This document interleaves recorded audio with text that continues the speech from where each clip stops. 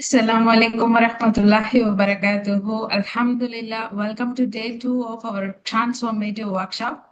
We are thrilled to have you here for an insightful and life-changing experience. I would like to invite our esteemed trainer, Ustad Abdul Aziz, to lead today's session on emotions, a topic that speaks for itself. Let's start this vibrant morning with a fresh perspective. Once again, good morning, and let's dive in. Jazakumullah khair. Ustad, this platform is over to you. ஜஸாக்குமுல்லா ஹைரன். ரப்பி ஷ்ரஹ் லி ஸத்ரி வயஸ்ஸிர் லி அம்ரி வஹ்லுல் உக்தத்தம் மின் லிஸானி யஃப்கஹு கௌலி. ரப்பி சித்னி இல்மா ரப்பி சித்னி இல்மா ரப்பி சித்னி இல்மா. اللهم صل على محمد وعلى آل محمد كما صليت على إبراهيم وعلى آل إبراهيم إنك حميد مجيد. اللهم بارك على محمد وعلى آل محمد كما باركت على إبراهيم وعلى آل إبراهيم إنك حميد مجيد. أما بعد. தூணின்றி வான் படைத்த ஏகேருவனாகிய அல்லாஹ் ஒருவனுக்கு எல்லா புகழும். அஸ்ஸலாமு அலைக்கும் ரஹ்மத்துல்லாஹி வபரகாத்து.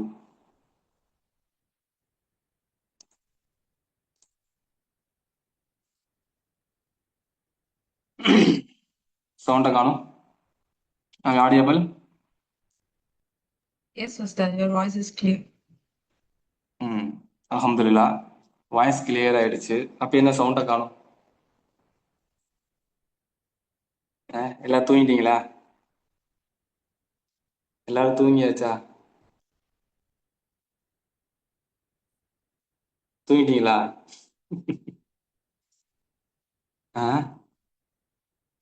Okay, hi. எல்லாரும் எப்படி இருக்கிறீங்க? இந்த மார்னிங் ஒரு வைப்ரேண்டா எல்லாரும் வந்தாச்சு. புது டாபிக் அப்படிங்கக்கூடிய புது டாபிக்கை நம்ம தெரிஞ்சுக்கிறதுக்காக இந்த மார்னிங் ஒரு வைப்ரேண்டா வந்தாச்சு. அல்ஹம்துலில்லாஹ், சூப்பர். ஓகே, இப்பதான் எல்லாம் ஆன்சர் பண்றீங்க. அல்ஹம்துலில்லாஹ். Okay, hi. Build inner resilience and emotional intelligence. இன்னைக்கு நம்ம என்ன டாபிக் பார்க்க போறோம் அப்படின்னா, எமோஷனல் இன்டெலிஜென்ஸ். பெரும்பாலும் நம்ம லைஃப்ல எல்லாருமே அறிவு ரீதியா நம்ம இம்ப்ரூவ்மெண்ட் ஆயிருப்போம். அறிவு ரீதியா நம்ம நல்ல இம்ப்ரூவ்மெண்ட் ஆயிருப்போம். ஆனா எமோஷனலா நம்மளால பேலன்ஸ் பண்ணிக்க முடியாது. எமோஷனலா பேலன்ஸ் பண்ண மாட்டோம்.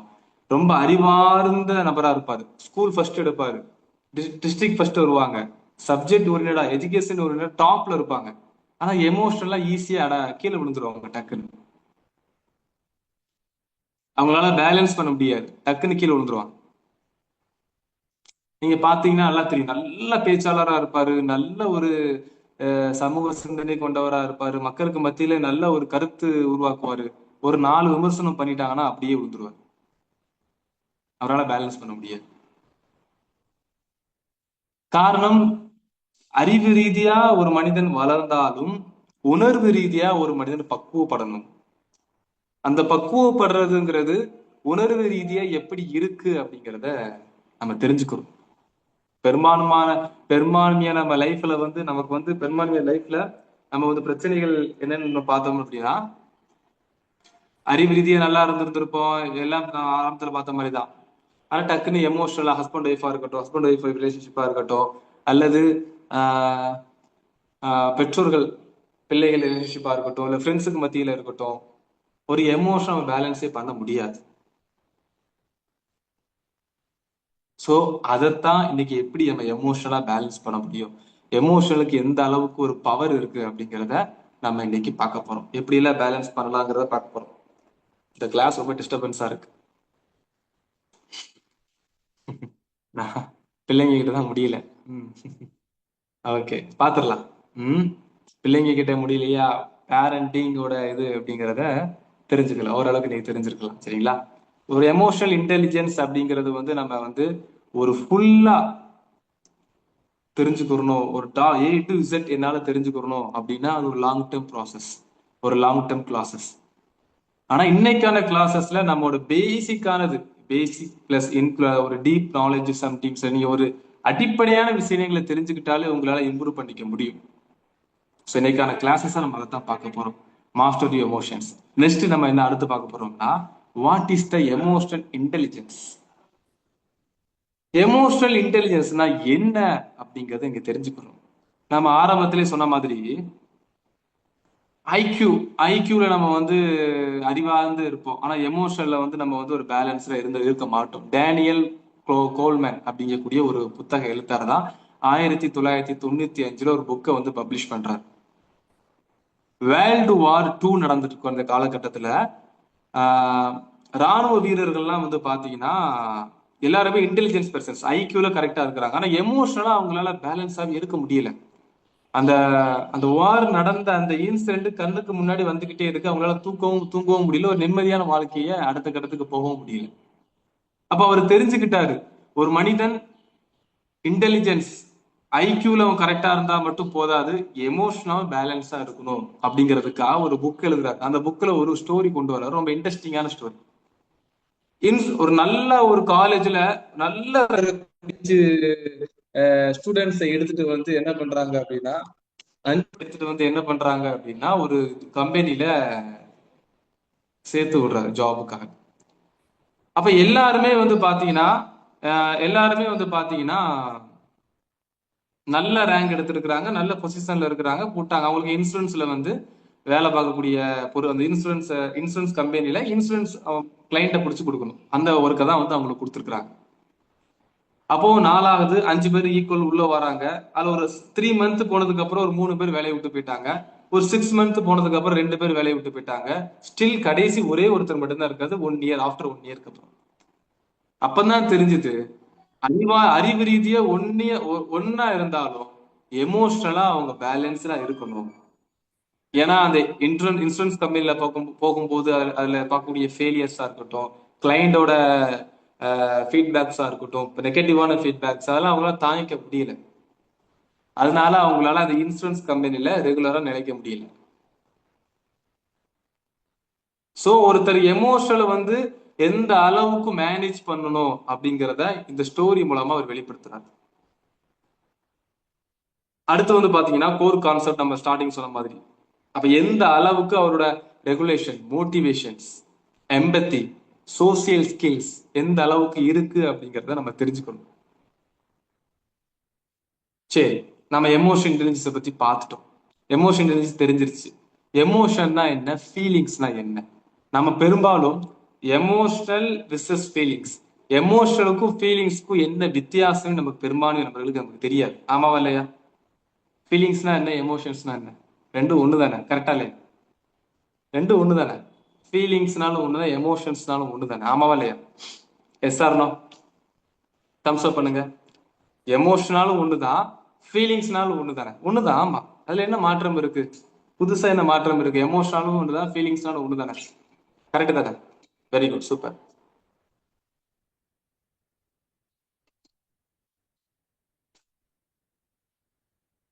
இப்ப எமோஷனல் ஃபீலிங்ஸ், உணர்வு விசஸ் உணர்ச்சி. உணர்வு அப்படிங்கிறது நமக்கு உள்ளுக்குள்ள வரக்கூடிய அடிப்படையான எண்ணங்கள். ஒரு பயமா இருக்கட்டும், மகிழ்ச்சியா இருக்கட்டும், நேர்மறை எதிர்மறை, positive way, negative thoughts, positive feelings, negative feelings, எதுவா இருந்தாலும் இருக்கட்டும், அடிப்படையா நமக்கு வரும். ஒரு மனிதனுக்கு வரக்கூடிய பசி உணர்வு, தாகம் உணர்வு, இல்லற உணர்வு, அப்புறம் வரக்கூடிய மகிழ்ச்சியான உணர்வு, இதுல இருக்கக்கூடிய எல்லாமே ஒரு மனிதனுக்கு வரும். சரிங்களா? இது எப்போ உணர்ச்சியா கன்வெர்ட் ஆகும் அப்படின்னா, நம்ம ஒரு ஒரு பர்டிகுலர் தாட்டை பிடிச்சி அதிகமா சிந்திக்கும் போது ஒரு உணர்ச்சியா, எமோஷன்ஸ்னா கன்வெர்ட் ஆகும், ஆழமா பதியும்.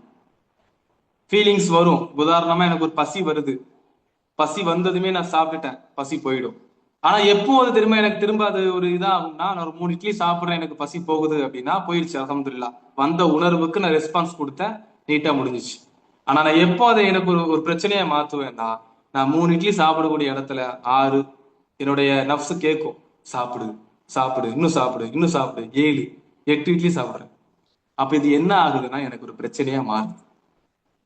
அப்ப எனக்கு ஒரு கோபம் வருது, ஒரு பயம் வருது, அந்த நேரங்கள்ல ஒரு பயம் எனக்கு வருது, அந்த நேரங்கள்ல ஒரு கோபம் எனக்கு வருதுன்னா, அந்த நேரங்கள்ல வரும்போது நான் ரெஸ்பான்ஸ் கொடுக்கறேன்னா அது மனிதனோட இயல்பு.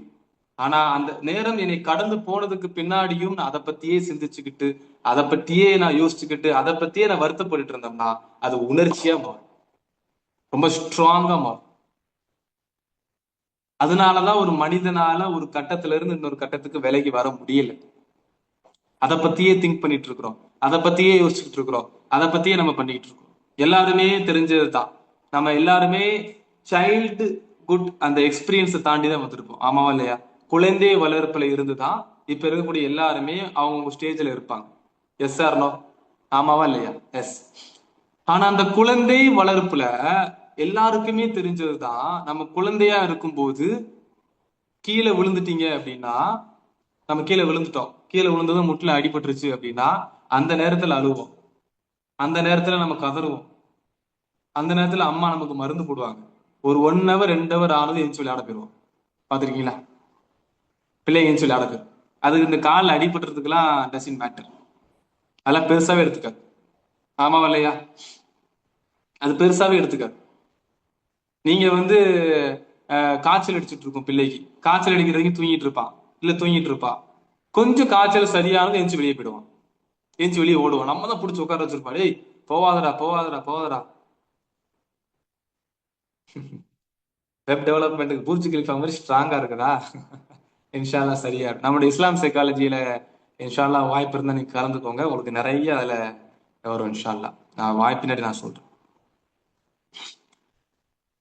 அப்போ பிள்ளையை வந்து நம்ம பிடிச்சா உட்கார வச்சிருப்போம், டேய் வந்து உட்காரு உட்காரு உட்காரு அப்படின்னு சொல்லியிருப்போம். அப்ப ஏன் குழந்தையில இருக்கக்கூடிய நிலைமைக்கு அந்த மனநிலை இருக்குது, ஏன் நமக்கு அந்த மனநிலை இல்லைன்னா, நம்ம நமக்கு நம்முடைய உள்ளத்துல இருக்கக்கூடிய எக்ஸ்பெக்டேஷன், எதிர்பார்ப்பும் எக்ஸ்பீரியன்ஸும் தான், எக்ஸ்பீரியன்ஸை குறித்த எண்ணங்களும் தான். பிள்ளைக்கு ஒரு தடவை விழுந்துச்சு அப்படின்னா அந்த எக்ஸ்பீரியன்ஸ் பதிஞ்சிரும், பதிஞ்சு அதை பத்தி சிந்திக்காது, திரும்பி ஓடும். சைக்கிள் எடுத்து ஓட்டும் போது கீழே விழுந்துருவோம், கீழே விழுந்துட்டோமேன்னு சொல்லி ஒரு எக்ஸ்பீரியன்ஸை வந்து பிள்ளைகளுக்கு குழந்தைகளுக்கு உருவாகும். ஆனா அந்த எக்ஸ்பீரியன்ஸை பத்தி சிந்திக்காது, திரும்பி எடுத்து ஓட்டும். நம்ம அப்படி இருக்க மாட்டோம், சிந்திப்போம். போன தடவை நம்ம ஃபெயில் ஆயிட்டோம், இந்த தடவை செட் ஆகாம ஆகாதா. இன்னொரு எதிர்பார்ப்பு, எக்ஸ்பெக்டேஷன்ஸ் ஓவரா இருக்கும் நம்ம கிட்ட. இப்போ வாழ்க்கை, இந்த வாழ்க்கைங்கிறது ரொம்ப எளிதானது. அல்லாஹ் அப்படிதான் படைச்சிருக்கிறான். அல்லாஹ் குரான்ல என்ன சொல்றான், இந்த பூமியை நீங்க வாழ்வதற்கு தக்கவாறு நாங்க அமைத்துள்ளோம் சொல்றோம். அப்ப வாழ்வதற்கு தக்கவாறு இந்த பூமியை அமைத்துள்ளோம் அப்படின்னு அல்லாஹ் தாலா குரான்ல மென்ஷன் பண்ணும்போது, நம்ம இங்க வாழ்க்கையை ஒரு போராட்டமா பார்த்தோம்னா, அன்றாட வாழ்க்கையை நான் அடிப்படையான வாழ்க்கையை நான் அடுத்த கட்டத்துக்கு இம்ப்ரூவ் பண்றதுக்கு நான் ஒரு போராட்டமா உணர்ந்தோம்னா, என்னோட வாழ்க்கையை நான் கஷ்டத்துக்குள்ள உள்ளாக்குறேன். நமக்கு எல்லாருக்குமே தெரிஞ்சதுதான், அல்லாஹ் தாலா சொல்லிட்டான், உங்களுக்கு எழுதப்பட்ட ரிஸ்க் நீங்க பூர்த்தி ஆகாத வரைக்கும் இந்த உலகத்துக்கு வர மாட்டீங்க அப்படின்னு அல்லாஹ் ரசூலா சொல்லிட்டாங்க. எப்படி மரணம் உங்களை தேடி வருமோ அது போல உங்களுக்கு எழுதப்பட்ட ரிஸ்க் உங்களை தேடி வரும். நீங்க உங்களுக்கு ஒரு 100 ரூபாய் கிடைக்கிறதுக்கு, ஒரு 100 ரூபாய் கிடைக்கிறதுக்கு 60 வருஷம் ஆனாலும் நீங்க 60 வருஷம் இந்த உலகத்துல உங்களோட தான் வாழ முடியும். நம்ம பாக்குறோமா இல்ல, எத்தனையோ மனிதர்களுக்கு படுத்த படுக்கையா 30 வருஷம் இருப்பாங்க. ஆனா அவங்க சாப்பிடுற சாப்பாடு எடுத்து பாருங்க, மொத்தத்திலேயே ஒரு 3 நாள் சாப்பாடை தான் 30 வருஷமா பிரிச்சு சாப்பிட்டு இருப்பாங்க, நோயாய்ப்பட்டு. அவங்க ரிஸ்க் எடுக்காத வரைக்கும் எல்லாத்துல அப்படிதான் வச்சிருப்பாங்க, முடியாத வரைக்கும். அப்ப நமக்கு ஸ்ட்ராங்கான ஒரு நம்பிக்கை இருக்குது. ஆனா அப்படி இருந்தும் நம்ம எதிர்காலத்தை குறித்த ஒரு சிந்தனையும் கடந்த காலத்தை குறித்த ஒரு கவலையும் தான் நம்மள பிரசன்ட்ல, லிவிங் த பிரசன்ட்ல நம்ம வாழ விடாம தடுக்குது. அப்ப லிவிங் த பிரசன்ட்ல நான் வாழணும்னு நினைச்சிட்டேன். அப்ப எனக்கு தெரிஞ்சிருச்சு, நீங்க லிவிங் த பிரசன்ட்ல வாழ சொல்றீங்க. அப்ப நான் இன்னையில இருந்து ஸ்டார்ட் பண்ணி நாளையில இருந்து எனக்கு லிவிங் த பிரசன்ட் வந்துருமா, நிகழ்காலத்துல நான் வாழ ஆரம்பிச்சிருவேனா? Should be practice. Practice is must. உங்களை திசை திருப்பும், உங்களை திசை திருப்பக்கூடிய காரணங்கள் உங்களுடைய பிலீஃப் சிஸ்டத்தை மோதும். உங்க சேலஞ்ச் தான். நீங்க எடுத்ததும் நான் எக்ஸாம்ல பாஸ் ஆயிடுவேன், ஃபர்ஸ்ட் மார்க் எடுத்தும் நீங்க நினைச்சதும் காலையில 4 மணிக்கு எந்திரிச்சு அப்படியே புக்கெல்லாம் படிச்சு, நீங்க புக்கு படிக்கிற ஒவ்வொரு கொஸ்டின்ஸ் அப்படியே உங்க மெமரிஸ் ஆகி நீங்க அப்படியே எக்ஸாம் எழுதிட்டீங்களா? முடியாது. கொஸ்டினை மல்டிபிள் டைம் படிக்கணும், மல்டிபிள் ஒர்க், அந்த கொஸ்டின்ஸ் ஆன்சர் நான் மல்டிபிள் டைம் ஒர்க் அவுட் பண்ணணும், ஏர்லியா எந்திக்கிறதுக்கு நான் போராடணும், ஏர்லியா எந்திரிச்சு நான் வேற இடத்துல வேற பக்கம் திசை திரும்பிடாம நான் ஸ்டடியில ஃபோக்கஸ் பண்ணணும். அப்ப எல்லாமே நான் ஒரு பிராக்டிசஸா ஒரு 1 இயர் 2 இயர் பண்ணாதான் நான் எந்த எய்ம் வச்சிருக்கிறேனோ அந்த சப்ஜெக்ட்ல நல்ல மார்க் எடுக்க முடியும். அப்ப நம்ம லைஃப்ல ஒரு ஒரு ஒர்க்கா இருக்கட்டும், ஒரு ஜாப்பா இருக்கட்டும், ஒரு சப்ஜெக்ட் ஓரியன்டா இருக்கட்டும், ஸ்கூல் ஓரியன்டா இருக்கட்டும், காலேஜ் ஓரியன்டா இருக்கட்டும், எல்லாத்துலயுமே நம்ம வந்து பிராக்டிஸ் பண்ணு, படிச்சாதான் நீ முன்னேறுவ, நல்லா உழைச்சாதான் நம்ம வந்து நல்ல நிலைமைக்கு வருவோம்னு நம்ம சொல்றோம் அப்படின்னா, நம்ம ஏன் நம்ம வாழ்க்கையில அதை புரிஞ்சுக்க மாட்டோம்? அதான் கேள்வி. மத்த எல்லாத்துக்குமே நான் ஒர்க் அவுட் பண்ணணும், மத்த எல்லாத்துக்குமே நான் பயிற்சி பண்ணணும், மத்த எல்லாத்துக்குமே நான் கடின உழைப்பு உழைக்கணும்னு சொல்லக்கூடிய நம்ம வாழ்க்கையில ஒரு மாற்றம் ஏற்படணும் அப்படின்னு விரும்பினா மட்டும் ஏன் நம்ம வாழ்க்கையில பிராக்டிஸ் பண்ண மாட்டேங்கிறோம்? அது எப்படி மட்டும் அது ஜீவமா நடந்துருமா, அதிசயமா மாறிடுமா? இப்ப ஸ்டார்டிங் சொன்னாங்க பிள்ளைகளை கஷ்டப்படுத்துறது, பிள்ளைகள் தான் எனக்கு ரொம்ப சேலஞ்சா இருக்கிறாங்கன்னு. குழந்தை வளர்ப்பு நீங்க என்ன நினைச்சிட்டு இருக்கிறீங்க? ஒரு டாக்டர் படிக்கிறதுக்கு ஸ்கூலு காலேஜ் இது எல்லாமே சேர்ந்து 25 இயர்ஸ் தேவை. 12 வருஷம் ஸ்கூல் தேவை, 4 வருஷம் படிப்பு தேவை, 5 வருஷம் எம்பிபிஎஸ் நீங்க படிக்கணும், திரும்ப 2 வருஷம் நீங்க எம்டி முடிக்கணும், ஒரு நல்ல பொசிஷனுக்கு போகணும். அப்ப கிட்டத்தட்ட 12, 17, 19 வருஷம் ஒரு பிராக்டிசஸ் நீங்க 5 வருஷம் பண்ணணும். 24 வருஷம் நீங்க பயிற்சி பண்ணாதான் நீங்க ஒரு ஒரு நல்ல டாக்டர்னு வெளியில பேர் வாங்க முடியும். நீங்க 25 வருஷம் நல்ல இன்ஜினியர் படிச்சு நல்லா படிச்சு நல்ல பிராக்டிசஸ் இருந்தா ஒரு இன்ஜினியர் ஆக முடியும், ஒரு ஆர்கிடெக்சரா மாற முடியும். குழந்தை வளர்ப்பு மட்டும் நீங்க ஒரு 1 இயர்ல மேரேஜ் முடிச்சு பிள்ளையை நீங்க பெற்றதுமே நீங்க ஒரு குட் பேரண்டிங்கா மாறிட முடியுமா? ஒசாமா லீலா வந்து 17 வயசுல ஒரு போருக்கு தளபதியா போறாங்க. ஜயத் பின் ஜாபித் லீலா வந்து குரானை தொகுக்கிறது 21 வயசு. முசேப் லீலா வந்து 17 வயசுல இஸ்லாத்துக்குள்ள வராங்க. இவங்க எல்லாம் இப்படி வராங்க உள்ளதுல நம்ம ஆச்சரியமா சொல்றோம்னா பின்னாடி எவ்வளவு உழைப்பு இருந்திருக்கு தெரியுமா? அனஸ் லீலா வந்து ரசூலா சொல்லுவாங்க 10 வருடமா பார்த்தாங்க. நீங்க ட்ரெயின் எடுத்துட்டு இருந்தா பிள்ளைங்க வளர்ந்துருவாங்க, அதான் உங்களை பார்த்தா பிள்ளை வளருவாங்க. நிறைய பேரண்டிங்கோட பேரண்டிங் செஷன் நம்ம பண்ணுவோம். நிறைய பேரண்ட்ஸ் எங்கிட்ட வந்து சொல்லுவாங்க, பிள்ளை நான் அதாவது அவங்களோட எண்ணங்கள் எப்படி இருக்கும் அப்படின்னா, நான் எந்த மாற்றமும் மாற மாட்டேன், ஆனா பிள்ளை மாறணும். அவங்களுடைய எக்ஸ்பீரியன்ஸை 10 வயசு பிள்ளைகிட்ட எதிர்பார்ப்பாங்க. எல்லாரையும் சொல்லலாம், குறிப்பிட்ட நபர். நான் தொழ மாட்டேன், பிள்ளை தொழணும். நான் குரான் ஓத மாட்டேன், பிள்ளை குரான் ஓதணும். நான் தவறான காட்சிகள் சினிமா இது எல்லாத்தையும் நான் பார்க்கறதுக்கு இப்ப நிப்பாட்ட மாட்டேன், அவன் போன் பார்க்கறது நிப்பாட்டணும். இது எப்படி சாத்தியம்? அப்ப அதே மாதிரிதான் எமோஷன்ஸ். நான் என்ன மாத்திக்க முயற்சி பண்ணணும், அதுக்கான பிராக்டிசஸ் பண்ணணும். அப்ப எனக்கு தெரிஞ்ச ஒரு நண்பர் இருக்காரு, அவர் துபாயில நல்ல பொசிஷன்ல இருக்கிறாப்புல. அவருடைய பையன் வந்து பாத்தீங்கன்னா 16 ஜூஸ் ஹிஃபில் பண்ணிட்டார். ஹிஃபில் முடிச்சு 16 ஜூஸ், குரான்ல 16 ஜூஸ் ஹிஃபில் பண்ணிட்டார். ஆனா அதுக்கு அவங்க ஹஸ்பண்ட் ஒய்ஃப் பின்னாடி உழைச்சது 10 வருஷம். ஹிஃபில் பண்றது அவங்க பையனை பண்ண வைக்கிறது கிட்டத்தட்ட 10 இயர்ஸ். குறிப்பா அவங்க மம்மி 10 வருடம் பின்னாடி இருந்து அவன் பின்னாடியே சுத்தி சுத்தி அவனை ஃபோக்கஸ் பண்ணாதான் 16 ஜூஸும் ஒரு நாள் முடிக்க வைக்க முடிஞ்சு. இப்ப அவங்க 16 ஜூஸும் முடிக்க வச்சுட்டாங்க. இப்ப அவன் ஆட்டோமேட்டிக்கா ஹிஃபில் பண்ண ஆரம்பிச்சிட்டான். அப்ப பிள்ளைங்களுக்கு எமோஷனல் இன்டெலிஜென்ஸா நான் மட்டும் மாறினா பத்தாது, இப்ப இருக்கிற ஜென்ரேஷன் நம்ம வளர்க்கணும். நல்லா படுறா, நல்ல இடத்துக்கு போயிடுவேன், நல்ல சம்பளம் வாங்கினா தான் உனக்கு நல்ல பொண்ணு கிடைக்கும், நல்ல வீடு கட்ட முடியும்னு சொல்லக்கூடிய நம்ம ஏன் இந்த நேரத்துக்கு நம்மளால ஒரு பிள்ளைகளை எமோஷனலா ட்ரெயின் பண்ண முடியல அப்படின்னு நீங்க கேட்டீங்கன்னா, நம்ம எமோஷனலா ட்ரெயின் ஆகல. ஏன்னா என்னோட சிந்தனை முழுக்க ஃபியூச்சர் இல்ல பாஸ்ட், இந்த ரெண்டே குறித்து இருந்துட்டு இருக்கும்போது நான் எப்படி அவனை கைட் பண்ணுவேன்? அந்த காலத்துக்கும் இந்த காலத்துக்கும் என்ன வித்தியாசம் தெரியுமா? இந்த காலத்திலயும் ஃபீல் பண்றாங்க, அந்த காலத்திலயும் ஃபீல் பண்ணாங்க பண்ணலன்னு சொல்லவே முடியாது. இதுக்கு முன்னாடி வாழ்ந்த ஜென்ரேஷனும் ஃபீல் பண்ணுச்சு. எப்படி ஃபீல் பண்ணுச்சு? எனக்கு பிள்ளைங்க பொம்பளை பிள்ளைங்க இருக்கிறாங்க, எப்படி நான் கல்யாணம் பண்ணி கொடுக்க போறேன், பசங்களை எப்படி படிக்க வைக்க போறேன் அப்படின்னு ஃபீல் பண்ணாங்க, மாற்றுக்கிறதே இல்லை. ஆனா அந்த ஃபீலிங்ஸ் அவங்களுடைய செயல்பாட்டை தடுக்கல. ஃபீல் பண்ணிக்கிட்டே வேலைக்கு போயிடுவாங்க, ஃபீல் பண்ணிக்கிட்டு தான் இருப்பாங்க, டக்குன்னு தூக்கி போட்டுட்டு வேற வேலைக்கு போயிடுவாங்க, அந்த ரொட்டீன் லைஃப்குள்ள வந்துருவாங்க. ஆனா இப்ப ஃபீல் பண்றோம், நம்மளுடைய செயல்பாட்டை முடக்குது.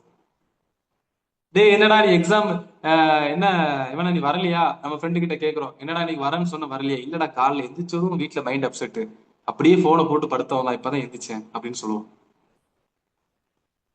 இல்ல பேரண்ட்ஸ்ட கேட்போம், என்ன சிஸ்டர்ஸ் இன்னைக்கு கிளாஸுக்கு வரல? இல்ல சார், இல்ல பிரதர், காலையில எந்திரிச்சது என் பையன் கூட சண்டை, அதனால என்ன ஆச்சு, மைண்ட் அப்செட்டா போச்சு, அதனால இன்னைக்கு சமைக்கவும் செய்யல, எதுவுமே செய்யல, அப்படியே வேலையை போட்டேன். அப்போ நம்ம வந்து ஒரு எமோஷனலா இன்னும் நம்ம பேலன்ஸ்ட் ஆகணும் அப்படிங்கறத நம்ம தெரிஞ்சுக்கணும்.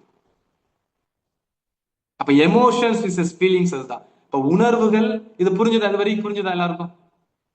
நம்மளுடைய நம்பிக்கை சார்ந்தா இருக்கட்டும், நம்மளுடைய பாஸ்ட் எக்ஸ்பீரியன்ஸ், பிலீஃப் சிஸ்டமா இருக்கட்டும், இது எல்லாமே நம்மள வந்து ஒரு கட்டத்துல இருந்து அடுத்த கட்டத்துக்கு போக விடாம தடுக்கும். இப்போ எமோஷன் நம்ம பத்தி பேசிட்டோம். இன்ட்ரெஸ்டிங்கா போகுதா? எல்லாருக்கும் புரியுதா? எமோஷன் நம்ம பத்தி பேசிட்டோம். ஓகேவா? இப்போ பாசிட்டிவான எமோஷன்ஸ்க்கும் நெகட்டிவான எமோஷன்ஸ்க்கும் என்ன வித்தியாசம் நம்ம பார்க்கணும். நேத்து நான் சொன்னேன், ஒரு பாசிட்டிவான தாட், நெகட்டிவான தாட் அப்படிங்கிறத நான் ஒரு வார்த்தை மூலமா உங்களுக்கு சொல்லாம ஒரு ரியல் டைம் எக்ஸ்பீரியன்ஸ் உங்களுக்கு நான் ஷேர் பண்றேன். முதல் எடுத்தது நமக்கு எல்லாத்துக்குமே பிடிச்ச எமோஷன்ஸ் என்ன? ஃபர்ஸ்ட் எடுத்து நமக்கு எல்லாருக்கும் பிடிச்ச எமோஷன்ஸ் வந்து நெகட்டிவ் எமோஷன்ஸ் தான். நம்ம எல்லாருக்கும் பிடிச்சது நெகட்டிவ் தான். லைஃப்ல வந்து பிரியாணி, ஒரு ஒரு கல்யாண வீட்டுக்கு போனா பிரியாணி சாப்பிட உட்காந்துருப்போம். பிரியாணி நல்லா இருக்கும், நமக்கு வச்சிருக்க சிக்கன் 65 நல்லா இருக்கும், அதுக்கு வச்சிருக்கக்கூடிய ஷைடிஸ் எல்லாம் நல்லா இருக்கும். எதையாவது ஸ்வீட் தான் வச்சிருந்தா, ஸ்வீட்ல ஒரு ஸ்வீட் கம்மியா இருந்துச்சுன்னா டக்குன்னு வெளியே என்ன சொல்லுவோம்னா, நல்லா தான் இருந்துச்சு, ஸ்வீட்ல அந்த ஸ்வீட் வச்சா பாத்தீங்களா, அதுல சுகர் சரியில்லை, சுகர் கொஞ்சம் பத்தலம்பா, இல்ல பிரியாணில சால்ட் இல்லம்பா. ஃபர்ஸ்ட் நமக்கு வருது அதுதான். யாரு அது விதிவிலக்கே கிடையாது. நானா இருந்தாலும் யாரா இருந்தாலும் ஃபர்ஸ்ட் நமக்கு வரக்கூடியது எமோஷன்ஸ், நெகட்டிவான ஃபீலிங்ஸ் தான் ஃபர்ஸ்ட் மேல வரும். அது என்ன? பிள்ளைங்க வந்து நல்லது செஞ்சா நம்ம பாராட்ட மாட்டோம். நம்ம ஹஸ்பண்ட் ஒய்ஃபா இருந்தாங்கன்னா, ஒய்ஃப் ஹஸ்பண்டோ நல்லது செஞ்சா பாராட்ட மாட்டாங்க. ஆனா தப்பு செஞ்சுட்டா உடனே பிடிச்சிருவாங்க. ஏன்னா மனிதனோட இயல்பு அது. டக்குனு நெகட்டிவ் ஓடி உடனே பிடிச்சிக்கும். ஆனா டேக் டூ, அது சேஞ்ச் பண்ணிக்கணும். டக்குன்னு சேஞ்ச் பண்ணாம, அப்ப நம்ம லைஃப்ல இருக்கக்கூடிய ஒரு ஃபியர், ஆன்சைட்டியா இருக்கட்டும், இல்ல கில்ட் அல்லது பிளேமா இருக்கட்டும், ஃப்ரஸ்ட்ரேஷன், விரக்தியா இருக்கட்டும், ஆங்கர் அல்லது எரிச்சல், எரிச்சலா இருக்கும், சாட்னஸ், கிரீஃபா இருக்கட்டும், கவலையா இருக்கட்டும். அப்ப இந்த எண்ணங்கள் எல்லாமே நம்ம வாழ்க்கையை பாதிக்கும் நினைக்கிறீங்களா? இந்த நெகட்டிவான எமோஷன்ஸ் நம்ம வாழ்க்கையை பாதிக்குமா? இல்ல அதை ஓவர் கம் பண்ணி போயிடலாம் சார், அதால பெரிய இஷ்யூஸ் எல்லாம் வராது அப்படின்னு நீங்க நினைக்கிறீங்களா? டக்குன்னு ஆன்சர் பண்ணா உங்களுக்கு பின்னாடி நிறைய தெரபிஸ் ஓரியன்டா இருக்குது சொல்லலாம். நீங்க எந்த அளவுக்கு இன்வால்வ்மெண்ட் பண்றீங்களோ அந்த அளவுக்கு நான் என்னுடைய எக்ஸ்பீரியன்ஸை ஷேர் பண்ணுவேன். இன்வால்வ் இல்லை அப்படின்னா எது வரைக்கும் டைம் போகுதோ அது வரைக்கும் தான் பாதிக்கும். சரி, இப்போ அதை பாதிக்கக்கூடியது ஒரு மனிதனுக்கு எந்த அளவுக்கு பாதிக்குங்கிறத உங்களுக்கு ஒரு ரியல் டைம் எக்ஸ்பீரியன்ஸை நான் வந்து உங்களுக்கு ஷேர் பண்றேன். இந்த power of fear, the story of Sam லாண்டி.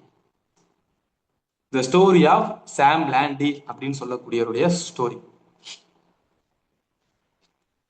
சாம் லாண்டி அப்படிங்கக்கூடிய ஒரு நபர் வந்து பாத்தீங்கன்னா அமெரிக்கால ஒரு நடுத்தர குடும்பத்தை சார்ந்த ஒரு நபர்.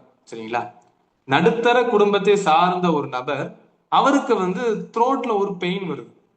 அப்போ ஒரு த்ரோட்ல ஒரு பெயின், நார்மலா பெயின் வரும். அப்ப நம்ம பெயினை வந்து அப்படியே என்ன பண்ணுவோம், உப்பு போட்டு கொப்பளிப்போம் நம்முடைய வழக்கத்தின்படி. அப்ப அவர் மாதிரி கேஷுவலா எடுத்திருந்திருக்காரு. பட் அந்த பெயின் ஸ்டாப் ஆகவே இல்லை. ஒரு 2 or 3 4 டேஸ்க்கு அப்புறம் அந்த பெயின் கொஞ்சம் இன்க்ரீஸ் ஆகிட்டே இருக்குது. சரி, நம்ம டாக்டர் கிட்ட கன்சிடர் பண்ணுவோமேன்னு சொல்லி டாக்டர் கிட்ட போறாங்க. டாக்டர் ஃபுல் செக்அப் பண்றாங்க. ஃபுல் செக்அப் பண்ணதும் after result they are shock. Doctor ரொம்ப ஷாக் ஆகுறாங்க. அப்ப அவர்கிட்ட சொல்றாங்க, உங்களுடைய ரிலேஷன்ஸ் யாராவது இருந்தா வர சொல்லுங்க, சுப்ரீம் அத்தாரிட்டி, நம்ம வீட்டுல இருப்பாங்கல்ல அப்பா அம்மா அந்த மாதிரி, உங்களுக்கு சுப்ரீம் அத்தாரிட்டி யாராவது இருந்தா வர சொல்லுங்க. இல்ல சார், எதா இருந்தாலும் என்கிட்டயே சொல்லுங்க, இல்ல உங்களுக்கு கேன்சரோட 3rd ஸ்டேஜ் அப்படின்னு சொல்றாங்க. அப்ப அவர் வந்து அவரு ஷாக் ஆயிடுச்சு. அப்போ வீட்டுக்கு போறாரு. அவர் சொல்லிட்டாரு, என்ன டாக்டர் அதிகபட்சம் என்ன சொல்லுவாங்க, சந்தோஷமா இருங்க, இருக்கிற வரைக்கும் சந்தோஷமா வாழுங்க அப்படின்னு சொல்லிட்டு வீட்டுக்கு போறாரு. அவருக்கு அந்த ஃபியர் வந்து தன்னை உள்ளுக்குள்ள அப்படியே அந்த எண்ணங்களை கிரியேட் பண்ணுது. ஒன் வீக் 2 வீக் அப்புறம் சாப்பிடாம தண்ணி குடிக்காம அப்படியே மெலிஞ்சுக்கிட்டே வராரு. செகண்ட் வீக் அப்புறம் டெத் ஆயிட்டார். அப்ப டெத் ஆயிட்டாருங்கிறது வழக்கமா எல்லாருக்குமே தெரிஞ்சதுதான். கேன்சர் வந்தா அது 3rd ஸ்டேஜா இருந்திருக்கு. சரி, டெத் ஆயிட்டாரு அப்படின்னு சொல்லி விட்டு இருந்திருப்பாங்க. அப்போ இதுல எங்க ஷாக் அப்படின்னா, அவருடைய உடலை போஸ்ட்மார்டனுக்கு வருது. இங்கதான் ஷாக். போஸ்ட்மார்டம் ரிப்போர்ட்டட் பண்ணும்போது அவருடைய தொண்டையில கேன்சர் இருந்ததாக எந்த அறிகுறியுமே இல்லை. பிளாசிபோ எஃபெக்ட், நோசிபோ எஃபெக்ட்னு சொல்லுவாங்க சைக்காலஜியில். பிளாசிபோ எஃபெக்ட், நோசிபோ எஃபெக்ட்னு சொல்லி நீங்க கூகுள்ல சர்ச் பண்ணி பாருங்க. இந்த ஸ்டோரி கூட கூகுள்ல கிடைக்கும். அப்போ அவருக்கு கேன்சர் வந்ததாக எந்த அறிகுறியுமே இல்லை. அப்போ அவருக்கு அந்த டெத் வரைக்கும் கொண்டு போனது என்னதுன்னா பயம், எமோஷன்ஸ்.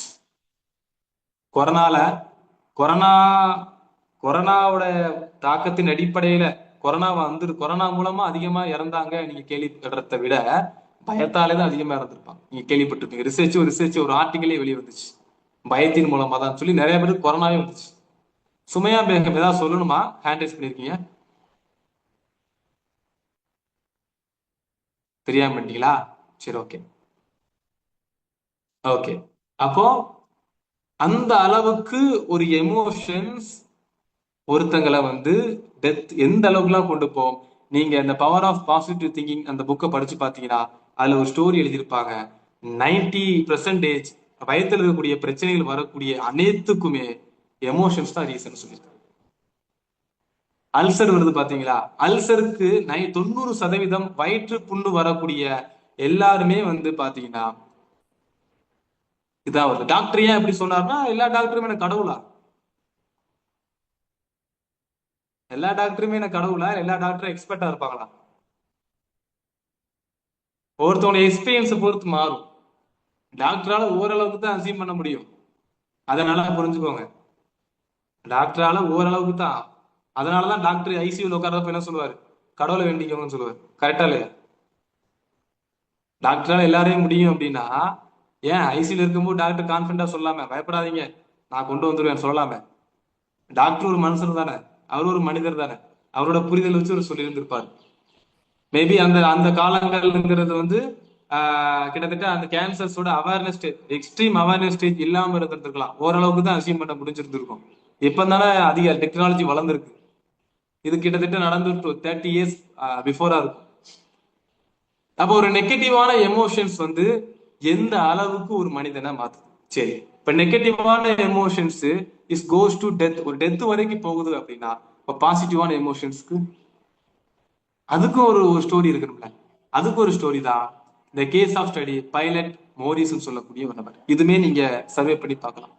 பைலட் மோரிஸ்ங்கக்கூடிய ஒரு நபர் வந்து பாத்தீங்கன்னா அவர் வந்து ஒரு பிளைட்ல வந்து போயிட்டு இருக்கும் போது ஆக்சிடென்ட் ஆயிடுச்சு. ஆக்சிடென்ட் ஆனதுமே அவர் மட்டும் உயிர் பிழைச்சிட்டார். உயிர் பிழைச்சு ஹாஸ்பிட்டல் கொண்டு வராங்க. அவரை வந்து ட்ரெயின் அதாவது மருத்துவம் பாக்குறாங்க, எல்லாம் பாக்குறாங்க. கடைசியா டாக்டர் சொல்லக்கூடிய விஷயம் என்னன்னா உங்களால கண்ணை முழிக்கவும் கண்ணை துறக்கவும் மட்டும்தான் முடியும், உங்கள் உடல் உறுப்புகள் எதுவுமே வேலை செய்யாதுன்னு சொல்லிட்டு கை வச்சுட்டாங்க மோரிஸ். அப்ப அவருக்கு வந்து என்னன்னா அவருக்கு ஒரு ஆழ்ந்த நம்பிக்கை இருக்கு, என்னால குணமாகி வெளியே வர முடியும், என்னால நம்பிக்கையாகி வெளியே வர முடியும்னு ஒரு ஆழமான நம்பிக்கை இருக்குது. பைலட் மோரிஸ் கொஞ்சம் கொஞ்சம் கொஞ்சமா 3 மந்த், 6 மந்த், 1 இயர், 2 இயர் இப்படியே கொஞ்சம் போக போக போக போக அவர் பழைய நிலைமைக்கு திரும்புறாரு. பழைய நிலைமைக்கு வராது. அவர் இப்பவும் ஸ்டில் நவ் கூட நிறைய மோட்டிவேஷன் ஸ்பீக்கர், நிறைய மோட்டிவேஷன்ஸோட கான்ஃபரன்ஸ் கால அரேஞ்ச் பண்ணிட்டு இருக்காரு. நீங்க மோரிஸ் நடிச்சு பாருங்க, ஒரு ஹிஸ்டரி வரும். அப்போ ஒரு பாசிட்டிவான திங்கிங், எமோஷன்ஸ் அப்படிங்கறத விட திங்கிங் வச்சுக்கலாம். ஒரு பாசிட்டிவான திங்கிங் நெகட்டிவான திங்கிங்க்கு அந்த அளவுக்கு ஒரு வேல்யூ உண்டு. உண்டு. ஏன் ஏன் நம்மளால மட்டும் முடியல? இப்ப மோரிஸ் மட்டும் முடியுது, மோரிஸால பண்ண முடியுதுன்னா ஏன் என்னால முடியல? அதான் கேள்வி. மோரிஸ் வந்து நினைச்சதுமே டக்குனு உட்காந்து பண்ணியிருந்திருப்பாரா? கஷ்டப்பட்டிருப்பாரு. மைண்டை சேஞ்ச் பண்ண அவர் நிறைய பிராக்டிசஸ் பண்ணியிருப்பாரு. எழுத்தாளர் ராஜ்குமார்னு சொல்லக்கூடிய அவர் புத்தகத்தை நீங்க படிச்சு பாத்தீங்கன்னா தெரியும். ராஜ்குமார் ஒரு புத்தகத்துல முன்னாடியே எழுதியிருந்திருப்பாரு, நான் வந்து 18 வயசுல நான் வந்து மன அழுத்தத்துல பாதிக்கப்பட்டேன். ஆனா 18 வயசுல இருந்து மன அழுத்தத்திலிருந்து நான் வெளியே வர்றதுக்காக கிட்டத்தட்ட நான் 30 வயசு வரைக்கும் நான் பிராக்டிஸ் பண்ணேன்னு சொல்லி 12 வருஷம் நான் கடுமையான பயிற்சிக்கு பின்னாடிதான் என்னுடைய மனசை நான் ஒரு நிலைக்கு கொண்டு வர முடிஞ்சிச்சு அப்படின்னு அவர் புத்தகத்துல ஸ்டார்டிங்ல எழுதியிருப்பார். ராஜ்குமார் தெரியுமா? எத்தனை பேர் தெரியும் ராஜ்குமார்? புத்தக எழுத்தாளர். புத்தகம் படிச்சாதானே அப்படிங்களா? புத்தகம் படிங்க.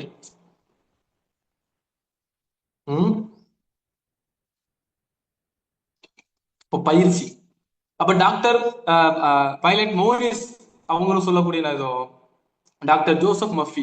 ஜோசப் மர்ஃபி எல்லாருமே புத்தகம் படிக்கக்கூடியவங்களுக்கு நிறைய தெரியும். டாக்டர் ஜோசப் மர்ஃபிங்கிறவர் நிறைய புத்தகம் எழுதியிருக்கிறார். அதாவது வாழ்வதற்கான 8 வழிகள் அப்படிங்கிற ஒரு நல்ல புக் எழுதியிருப்பார். தமிழ்லயுமே இருக்கு, இங்கிலீஷ்லயுமே இருக்குது. ஜோசப் மர்ஃபி எழுதின புக் தான். 1980ஆம் ஆண்டு அவருக்கு ஒரு கேன்சர்ல பாதிக்கப்படுறாரு. கேன்சரோட 3rd ஸ்டேஜ். அவர் கிட்டத்தட்ட ஒரு சைக்காலஜிஸ்ட். நல்லா புரிஞ்சுக்கோங்க. ஜோசப் மர்ஃபிங்கிற ஒரு சைக்காலஜிஸ்ட், சைக்காட்டிஸ்டா இருந்தவர். அவர் வந்து பாத்தீங்கன்னா கேன்சர் ஸ்டேஜ்னு வந்ததுமே அவரால் நம்பிக்கை இழந்து உட்காந்துட்டாரு. அப்ப அவர் ஒரு ஒரு ஒரு ஒரு சர்ச்சில் போய் ஒரு பாஸ்டரை பாக்குறாரு. பாஸ்டரை பார்த்ததுமே அவர் சொல்றாரு, ஒரு வார்த்தையை சொல்றாரு, கடிகாரத்தை ரிப்பேர், அதாவது கடிகாரத்தை எனக்கு ரிப்பேர் பண்ண தெரியாது, ஆனா கடிகாரம் யாரு ரிப்பேர் பண்ணா சரியாகும் அப்படிங்கிறது எனக்கு தெரியும் அப்படிங்கிற வார்த்தையை மட்டும் சொல்றாரு. வீட்டுக்கு போறாரு, திங்க் பண்றாரு. அவர் என்ன சொன்னாரு ஒன்னும் புரியலையேன்னு சொல்லி திங்க் பண்றாரு. அப்ப புரிஞ்சுக்கிறாரு, கடிகாரத்தை கடிகாரத்தை யாரு உருவாக்குனாங்களோ அவங்களாலதான் அதை ரிப்பேர் பண்ண முடியும் அப்படின்னு புரிஞ்சுக்கிட்டாரு. என்னுடைய உடலை உருவாக்குனது இறைவன், அப்ப இறைவன் தான் என்னை குணப்படுத்துவான் அப்படின்னு புரிஞ்சுக்கிட்டு தன் லைஃபை திரும்ப பாசிட்டிவான வேக்கு மாத்துறாரு. ஆரோக்கியமான ஒரு லைஃப் ஸ்டைலுக்கு மாத்துறாரு. அதுல இருந்து வெளியே வந்தாரு. இந்த மாதிரி நிறைய ஸ்டோரி நான் சொல்லிக்கிட்டே போலாம். நிறைய ஸ்டோரிஸ் இருக்குது, நிறைய ஸ்டோரிஸ் இருக்குது.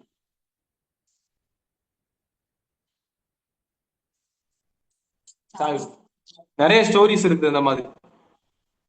அப்போ இதோட டிஃபரன்ஸ் நான் எதுக்கு புரிய வைக்கிறேன் அப்படின்னா, இந்த பாசிட்டிவ் திங்கிங், இந்த நெகட்டிவ் திங்கிங்க நீங்க எந்த அளவுக்கு பேலன்ஸ் பண்றீங்க, அது உங்க லைஃப்ல மாற்றத்தை ஏற்படும். எமோஷனல் இன்டெலிஜென்ஸ் அப்படின்னா, எமோஷனல் இன்டெலிஜென்ஸ் அப்படிங்கிறத விட நமக்கு எமோஷனல் இன்டெலிஜென்ஸ் எப்படி கோபத்தை கட்டுப்படுத்துறது, நான் என்ன மாதிரி பண்றது, அது தனி டாபிக், அது மாற்றுக்கிறது இல்லை, அதெல்லாம் அடுத்தடுத்த நிலைகள். ஆனா பேசிக்கானது எனக்கு தெரிஞ்சுக்கணும், இதை நான் புரிஞ்சுக்கணும்.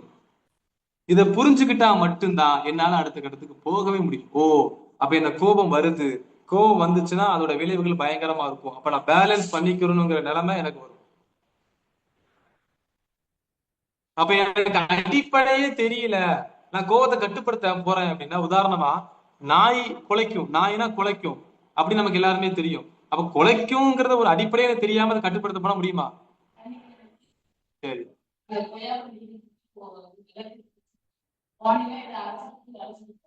சரி, சரி.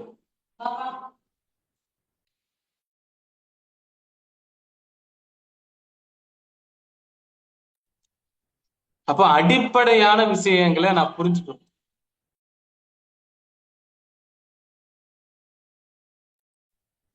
அடிப்படையான விஷயங்களை நம்ம வந்து புரிஞ்சுக்கணும். அப்ப புரிஞ்சுதா? இந்த டிஃபரன்ஸ் புரிய முடிஞ்சுச்சா? இந்த எமோஷனல் உணர்ச்சிங்கிறத புரிய முடிஞ்சுச்சா? இதை பத்தி நம்மளுடைய இஸ்லாமிக் காலேஜ்ல ரொம்ப டீப்பா, ஒரு இஸ்லாமிக் சைக்காலஜிக்கிட்ட ரொம்ப டீப்பா ஒவ்வொரு உணர்வுகளுக்கு பின்னாடியுமே எப்படி நம்ம பேலன்ஸ் பண்ணிக்க முடியும் நல்லா புரிஞ்சுக்கோங்களேன். உங்களுக்கு ஒரு சிம்பிள் லாஜிக். இன்னைக்கு நம்ம எப்போதுமே ஹேக்குன்னு சொல்லுவோம், ஹேக்கு நம்ம சொல்லுவோம், ஹேக்குன்னு சொல்லி நேற்று கூட நம்ம கொடுத்துருந்தோம். இன்னைக்கு உங்களுக்கு ஹேக்கா நான் ஒண்ணு சொல்றேன். எல்லா உணர்ச்சிக்கு பின்னாடியும் ஒண்ணு ஒளிஞ்சிருக்கும். யாராலையும் நம்ம இஸ்லாமிக் சைக்காலஜி படிச்ச ஸ்டூடெண்ட் சொல்ல தேவையில்லை, ஓகேயா? எல்லா எமோஷன்ஸ்க்கு பின்னாடி ஒண்ணு ஒளிஞ்சிருக்கும். நீங்க பாத்திருக்கீங்களா? எல்லா எமோஷன்ஸ்க்கு பின்னாடியும் சந்தேகம் ஒளிஞ்சிருக்கும். நீங்க நல்லா உட்கார்ந்து யோசிச்சு பாருங்க, தெரியும். கோபத்துக்கு பின்னாடி ஒரு சந்தேகம் இருக்கும், கவலைக்கு பின்னாடி ஒரு சந்தேகம் இருக்கும், பயத்துக்கு பின்னாடி ஒரு சந்தேகம் இருக்கும், பதட்டத்துக்கு பின்னாடி ஒரு சந்தேகம் இருக்கும், நம்ம எரிச்சலுக்கு பின்னாடி ஒரு சந்தேகம் இருக்கும். எனக்கு லைஃப்ல அப்படி ஆயிருமோங்கிற ஒரு சந்தேகம், எனக்கு நெகட்டிவா அமைஞ்சிருமோங்கிற ஒரு நம்பிக்கையின்மை, ஒரு சந்தேகம் தான் எனக்கு பதட்டத்தை உண்டு பண்ணும். அதனாலதான் அறிஞர்கள் சொல்லும் போது ஷைத்தான் ஒரு மனிதனை இரு வழிகளை கொண்டு வழிகெடுப்பான். ஒண்ணு சந்தேகம், இன்னொன்னு மனோவிச்சு. என்னைக்காவது உட்காந்து யோசிச்சு இருந்திருக்கோமா எப்படி ஷைத்தான்? நம்ம நினைச்சிட்டு இருக்கோம் ஷைத்தான் வந்து அக்கீதாலதான் உங்களுக்கு குழப்பத்தை ஏற்படுத்துவோம். அவனை பொறுத்த வரைக்கும் நீங்க உருப்படியா வாழக்கூடாது, நம்ம உருப்படியா வாழக்கூடாதுதான், அதுக்கு எந்த எல்லைக்குனாலும் போவான். நம்ம நினைச்சுக்கிட்டு இருக்கோம் நம்ம அக்கீதால மட்டும்தான் அவன் குழப்பிட்டு அப்படி விட்டுருவான், நம்ம லைஃப் சொந்த லைஃப்க்கு எல்லாம் வரமாட்டான், நம்ம உலக காரியங்கள்லாம் ஒண்ணு சேரமா. அப்படிலாம் இல்ல. ரசூலா சொன்னாங்க, நீங்க எந்த ஒரு காரியம் இன்னைக்கு செஞ்சாலும் அதுல ஷைத்தான் கூட்டு சேராமல் இருப்பதில்லைன்னு சொன்னாங்க. நீங்க எவ்வளவு பெரிய காரியத்தை செஞ்சாலும் ஷைத்தான் அங்க விதிப்பான். அது உலக காரியமா இருக்கட்டும், காக மொத்தம் நீங்க இந்த உலகத்துல அல்லாஹ்க்கு நன்றியோட அடியாரா மாறக்கூடாது. அதுதான் எக்ஸ்ட்ரீமோட எண்ணம். நீங்க நன்றி நம்ம வந்து நன்றி செலுத்தாத அடியாரா மாறணும்னா நம்ம இந்த உலகத்தை சுமையா நம்மகிட்ட காட்டணும். சுமையா காட்டுறத அவன் எப்படினாலும் காட்டுவான். உலகத்தின் மூலமா காட்டுவான், குடும்பத்தின் மூலமா காட்டுவான், நம்ம மூலமா காட்டுவான், மார்க்கத்தை கடினமா காட்டுவான், எப்படினாலும் காட்டுவான். ஆக மொத்தம் நம்ம வெறுப்ப வாழணும். அதுதான். நீங்க உட்கார்ந்து யோசிச்சு பாருங்க, உங்களுக்கு தெரியும். இன்னைக்கு ஹேக் நம்பர் 1 வச்சுக்கோங்க, சந்தேகம். அப்போ அடிப்படையே லைஃப்ல வருது. எனக்கு ஒரு தாட் வருது. அதனாலதான் அல்லாஹ் குர்ஆன்ல சொல்றான், நீங்க கவலைப்படாதீங்க, துக்கப்படாதீங்க, மூமீன்களா இருந்தா நீங்க தான் உயர்ந்தவர்கள் சொல்றான். அப்ப இந்த புரிதல், இந்த அடிப்படையான இந்த அறிதல் எனக்கு வேணும். இந்த ஹேக் நம்பர் 1 புரிஞ்சுதா? புரிஞ்ச தம்ஸ் போடுங்க. புரிஞ்சுதா? என்ன வெயில், பயங்கரமா வெயில் அடிக்கு. வெயில் ஓவர். தென்காசி நம்ம ஊர் சைடு ஓவர். உங்க சைடுல வெயில் அடிக்குதா, மழை பெய்யுதா?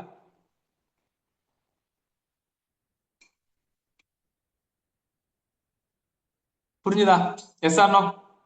அடுத்து போலாமா? நெக்ஸ்ட் போலாமா? நெக்ஸ்ட். ஓகே. இப்ப பாசிட்டிவான எமோஷன். சரி, நீங்க சொல்றதெல்லாம் ரைட்டு. ஓகே, குரான்ல இதுக்கு ஆதாரம் இருக்கா அப்படின்னு யாருக்காவது கேள்வி வந்துச்சா? ஒரு எமோஷன்ஸ் வந்து குரான்ல குரான்ல வந்து இந்த மாதிரி ஆதாரம் இது இருக்குதா? சும்மா சொல்லிட்டு போகாதீங்க சார். அதெல்லாம் மனுஷங்க சொல்லுவான், அன்னைக்கு சொல்லுவான், நாளைக்கு சொல்லுவான். அல்லாஹ் சொல்லியிருக்கானா எமோஷன்ஸால இப்படி ஒரு பிரச்சனை வரும் அப்படின்னு? அல்லாஹ் சொல்லியிருக்கான். அல்லாஹ் சொன்னாதான் நாங்க நம்புவோம் அப்படின்னு நமக்கு ஒரு எண்ணங்கள் வரும். அல்லாஹ் குரான்ல, நான் வந்து உங்களுக்கு வந்து இதை தமிழ்ல இங்கிலீஷ்ல நான் போட்டிருக்கிறேன், நான் தமிழ்ல வாசிச்சு காட்டுறேன். ஓகேவா? ஏன் நான் இங்கிலீஷ்ல போட்டிருக்கேன்? தமிழ்ல கொண்டு வர முடியும், ஆனா நீங்க எடுத்து பார்க்க மாட்டீங்க. அதனால இங்கிலீஷ்ல கொண்டு வந்தா எடுத்து பார்ப்போம்ல. நம்ம என்னதான் இருந்தாலும் நம்ம ஒரு மதர் டங்க்ல நம்ம படிச்ச மாதிரி இருக்காது. இங்கிலீஷ்ல சொன்னாலும் நம்ம மதர் டங்க்ல படிச்ச மாதிரி இருக்காது. கரெக்டா? நான் உங்களுக்கு ஒரு இதை வாசிச்சு காட்டுறேன், நீங்க தப்சீரை எடுத்து படிங்க. ஓகேவா? மூமீன்களே, 3வது அத்தியாயம் 119. அட்மின் அதை நீங்க சேட் பாக்ஸ்ல கூட எடுத்து போட்டுக்கோங்க, சரிங்களா? குர்ஆன் வசனத்தை எடுத்து. மூமீன்களை அறிந்து கொள்ளுங்கள், நீங்கள் இவர்களை நேசிப்பராய் இருக்கின்றீர்கள், ஆனால் அவர்கள் உங்களை நேசிக்கல. மூமீன், நீங்க அறிஞ்சுக்கோங்க, நீங்க அவங்கள நேசிக்கிறீங்க, ஆனா அவங்க உங்களை நேசிக்கல. நீங்கள் வேதத்தை முழுமையா நம்புறீங்க, ஆனா அவங்க உங்களை சந்திக்கும் போது நாங்கள் நம்புகின்றோம் என்று கூறுகிறார்கள். எனினும் அவர்கள் தனியா இருக்கும் போது அவர்களும் உங்கள் மேலுள்ள ஆத்திரத்தினால் விரலுகளை கடித்துக் கொள்கின்றார்கள். நபியே, நீர் கூறும், நீங்கள் உங்கள் ஆத்திரத்தில் இறந்து விடுங்கள், நிச்சயமாக அல்லாஹ் உங்கள் உள்ளங்களில் உள்ளவற்றை அறிந்தவன் சொல்றான். கடைசி வார்த்தையை பாருங்க, இதை நீ தப்சீர் எடுத்து படிங்க. இப்னு கசீரா இருக்கட்டும், தார்குத்னியா இருக்கட்டும், இமாம் இப்னு தபரியா இருக்கட்டும், எல்லா தப்சீர் எடுத்து படிங்க. நீங்கள் உங்கள் ஆத்திரத்தில் இறந்து விடுங்கள் அல்லாஹ் சொல்றான். கோபத்துல இருக்கிறீங்களா, கோபத்துல உங்களை வந்து நீங்க உள்ளத்துல உருவாக்குறீங்கல்ல, அந்த ஆத்திரத்தாலே இறந்துருங்க. முனாஃபை குறித்து அருளப்பட்ட வசனம், ஆமா. ஆனா அதனுடைய சம்மரி பண்புகள் நம்ம கிட்ட இருந்துச்சுன்னா அது நம்மளே தாக்கத்தை ஏற்படுத்தும். புரிஞ்சுதா? முனாஃபிகளை குறித்து அல்லாஹ் தஆலா ஒரு வசனத்தை இறக்குறாங்கன்னா அது முனாஃபிக்கு மட்டும்தான். அந்த வசனத்துல ஒரு எச்சரிக்கை முனாஃபிகளுக்கு மட்டும்தான் அப்படின்னு நம்ம புரிஞ்சுக்க முடியாது. முனாஃபிக்கு இருக்கக்கூடிய பண்புகள் நம்ம கிட்ட இருந்துச்சுன்னா அந்த தாக்கம் நம்ம கிட்ட இருக்கும். புரிஞ்சுதா இல்லையா? முனாஃபிக்கு அது நல்லா புரிஞ்சுக்கணும். இதுதான் குரானை வந்து ஹிக்மத்தா நீங்க படிக்கணும். அல்லாஹ் தஆலா சும்மா வந்து ஒரு வசனத்தை சொல்லிட்டு போக மாட்டான். காபீர்கள், அதாவது அல் பகரால அல்லாஹ் தஆலா முதல் ஆரம்ப கட்டத்துல இருந்து பின்னாடி வரை யூதர்களை பத்தி பேசுறான்னா எதுக்கு பேசுறான்? ரீசன் என்ன? ஏன் அல்லாஹ் தஆலா எதுக்கு குரான யூதர்களை பத்தி பேசணும்? அவங்களுடைய பண்புகளை நம்ம கிட்ட ஏதாவது இருக்குதா இல்லாம மாத்துறது.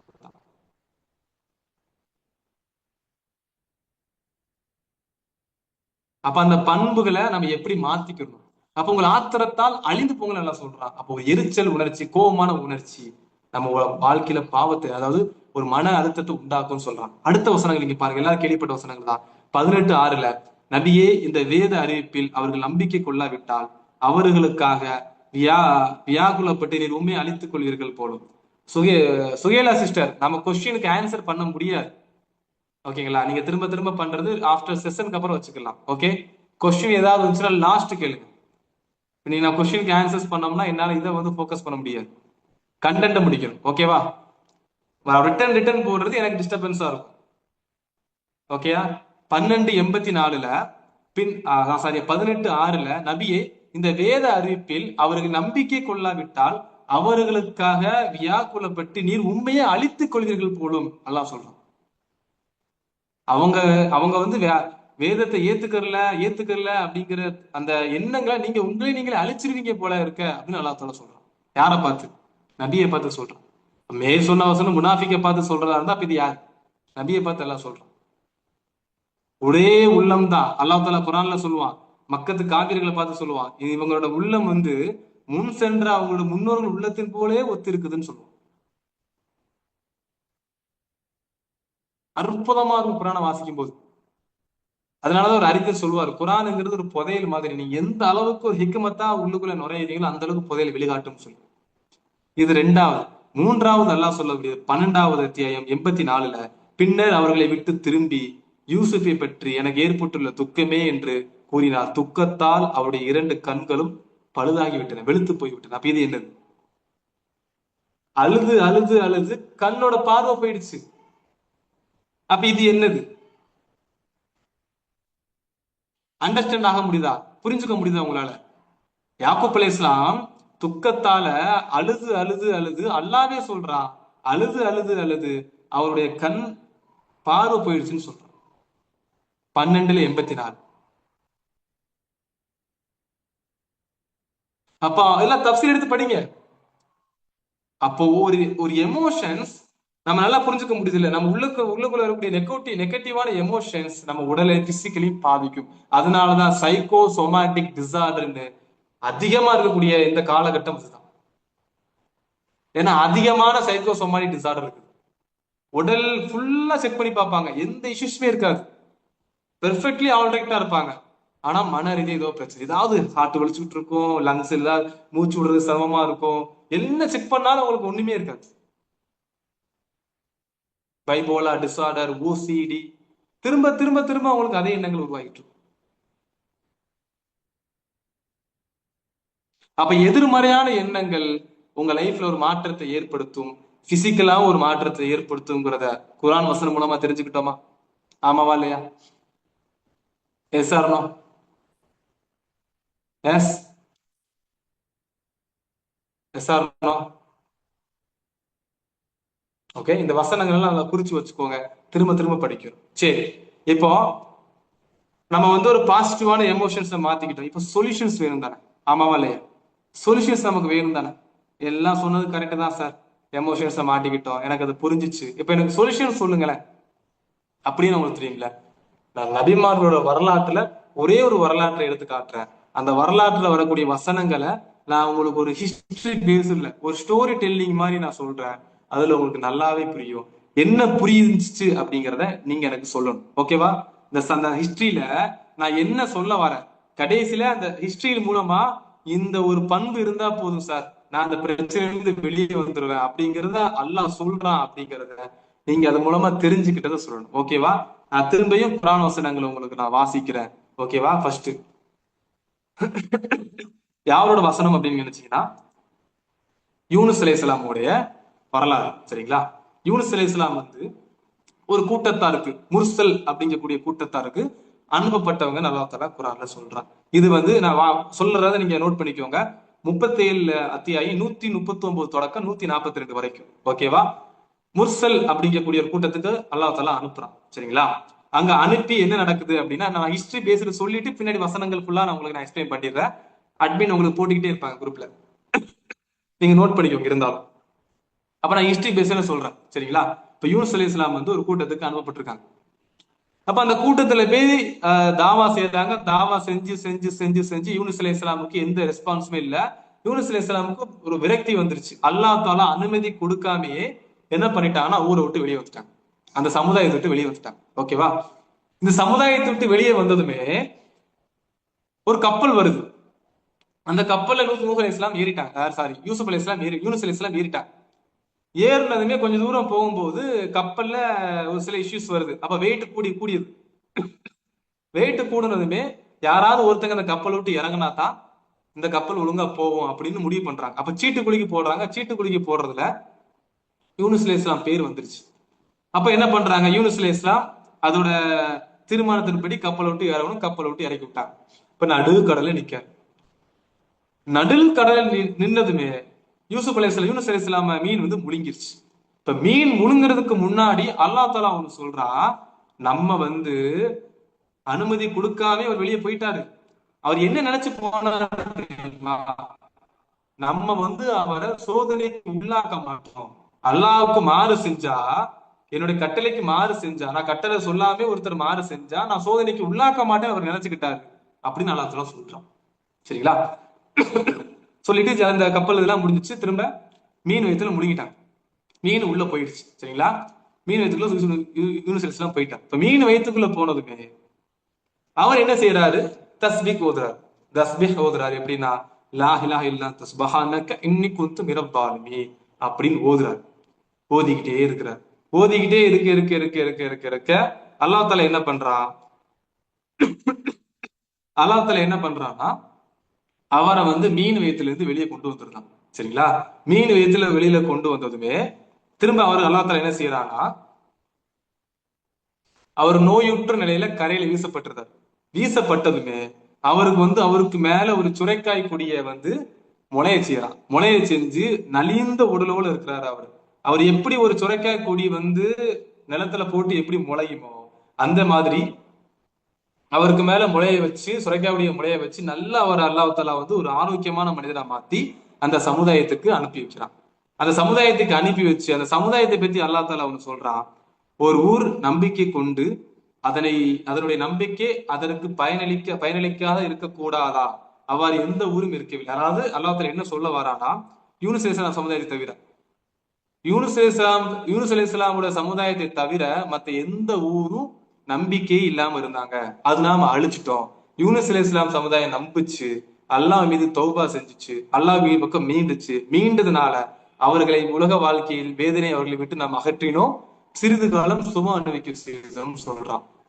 திரும்ப அல்லாஹ் தஆலா கடைசியா சொல்லும் போது யூனுஸ் அலைஹிஸ்ஸலாம் பத்தி எல்லாத்தையும் இதை சொல்லிட்டு ஒரு வசனத்தை 2 வசனத்தை மேற்கோள் காட்டுறான். எப்படி மேற்கோள் காட்டுறானா, எப்படி யூனுஸ் அலைஹிஸ்ஸலாம் நாம் அந்த துக்கத்திலிருந்து காப்பாத்தினோமோ இவ்வாறுதான் மூமின்களை நம்ம காப்பாற்றுவோம். ரெண்டாவது ஒண்ணு சொல்றான், ஒரு டிஸ்கிளைமரா 2 பண்புகளை சொல்றான் அல்லாஹ் தஆலா.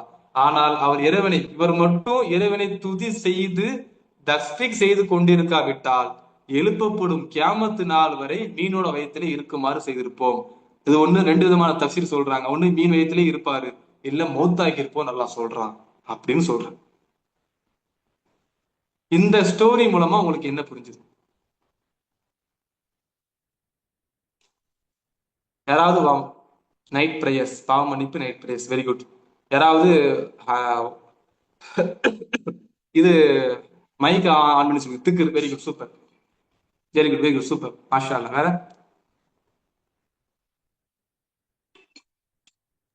சிஸ்டர்ஸ் ஹேண்ட் ரைஸ் பண்ணீங்கன்னா இன்ஷால்லா அன்மியூட் பண்ணுங்க. Okay, Suji sister. தஸ்பீஹ் ஆட்டிடியூட், வெரி குட், சூப்பர். வேற ரொம்ப நெருங்கிட்டீங்க, அவசரப்படக்கூடாது. Very good, super. வேற சுஜி சொல்லுங்க. சிஸ்டர் நீங்க பேசலாம். அஸ்ஸலாமு அலைக்கும் உஸ்தாத். வலைக்கும் ஸலாம் வரஹ்மத்துல்லாஹி வபரகாத்துஹு.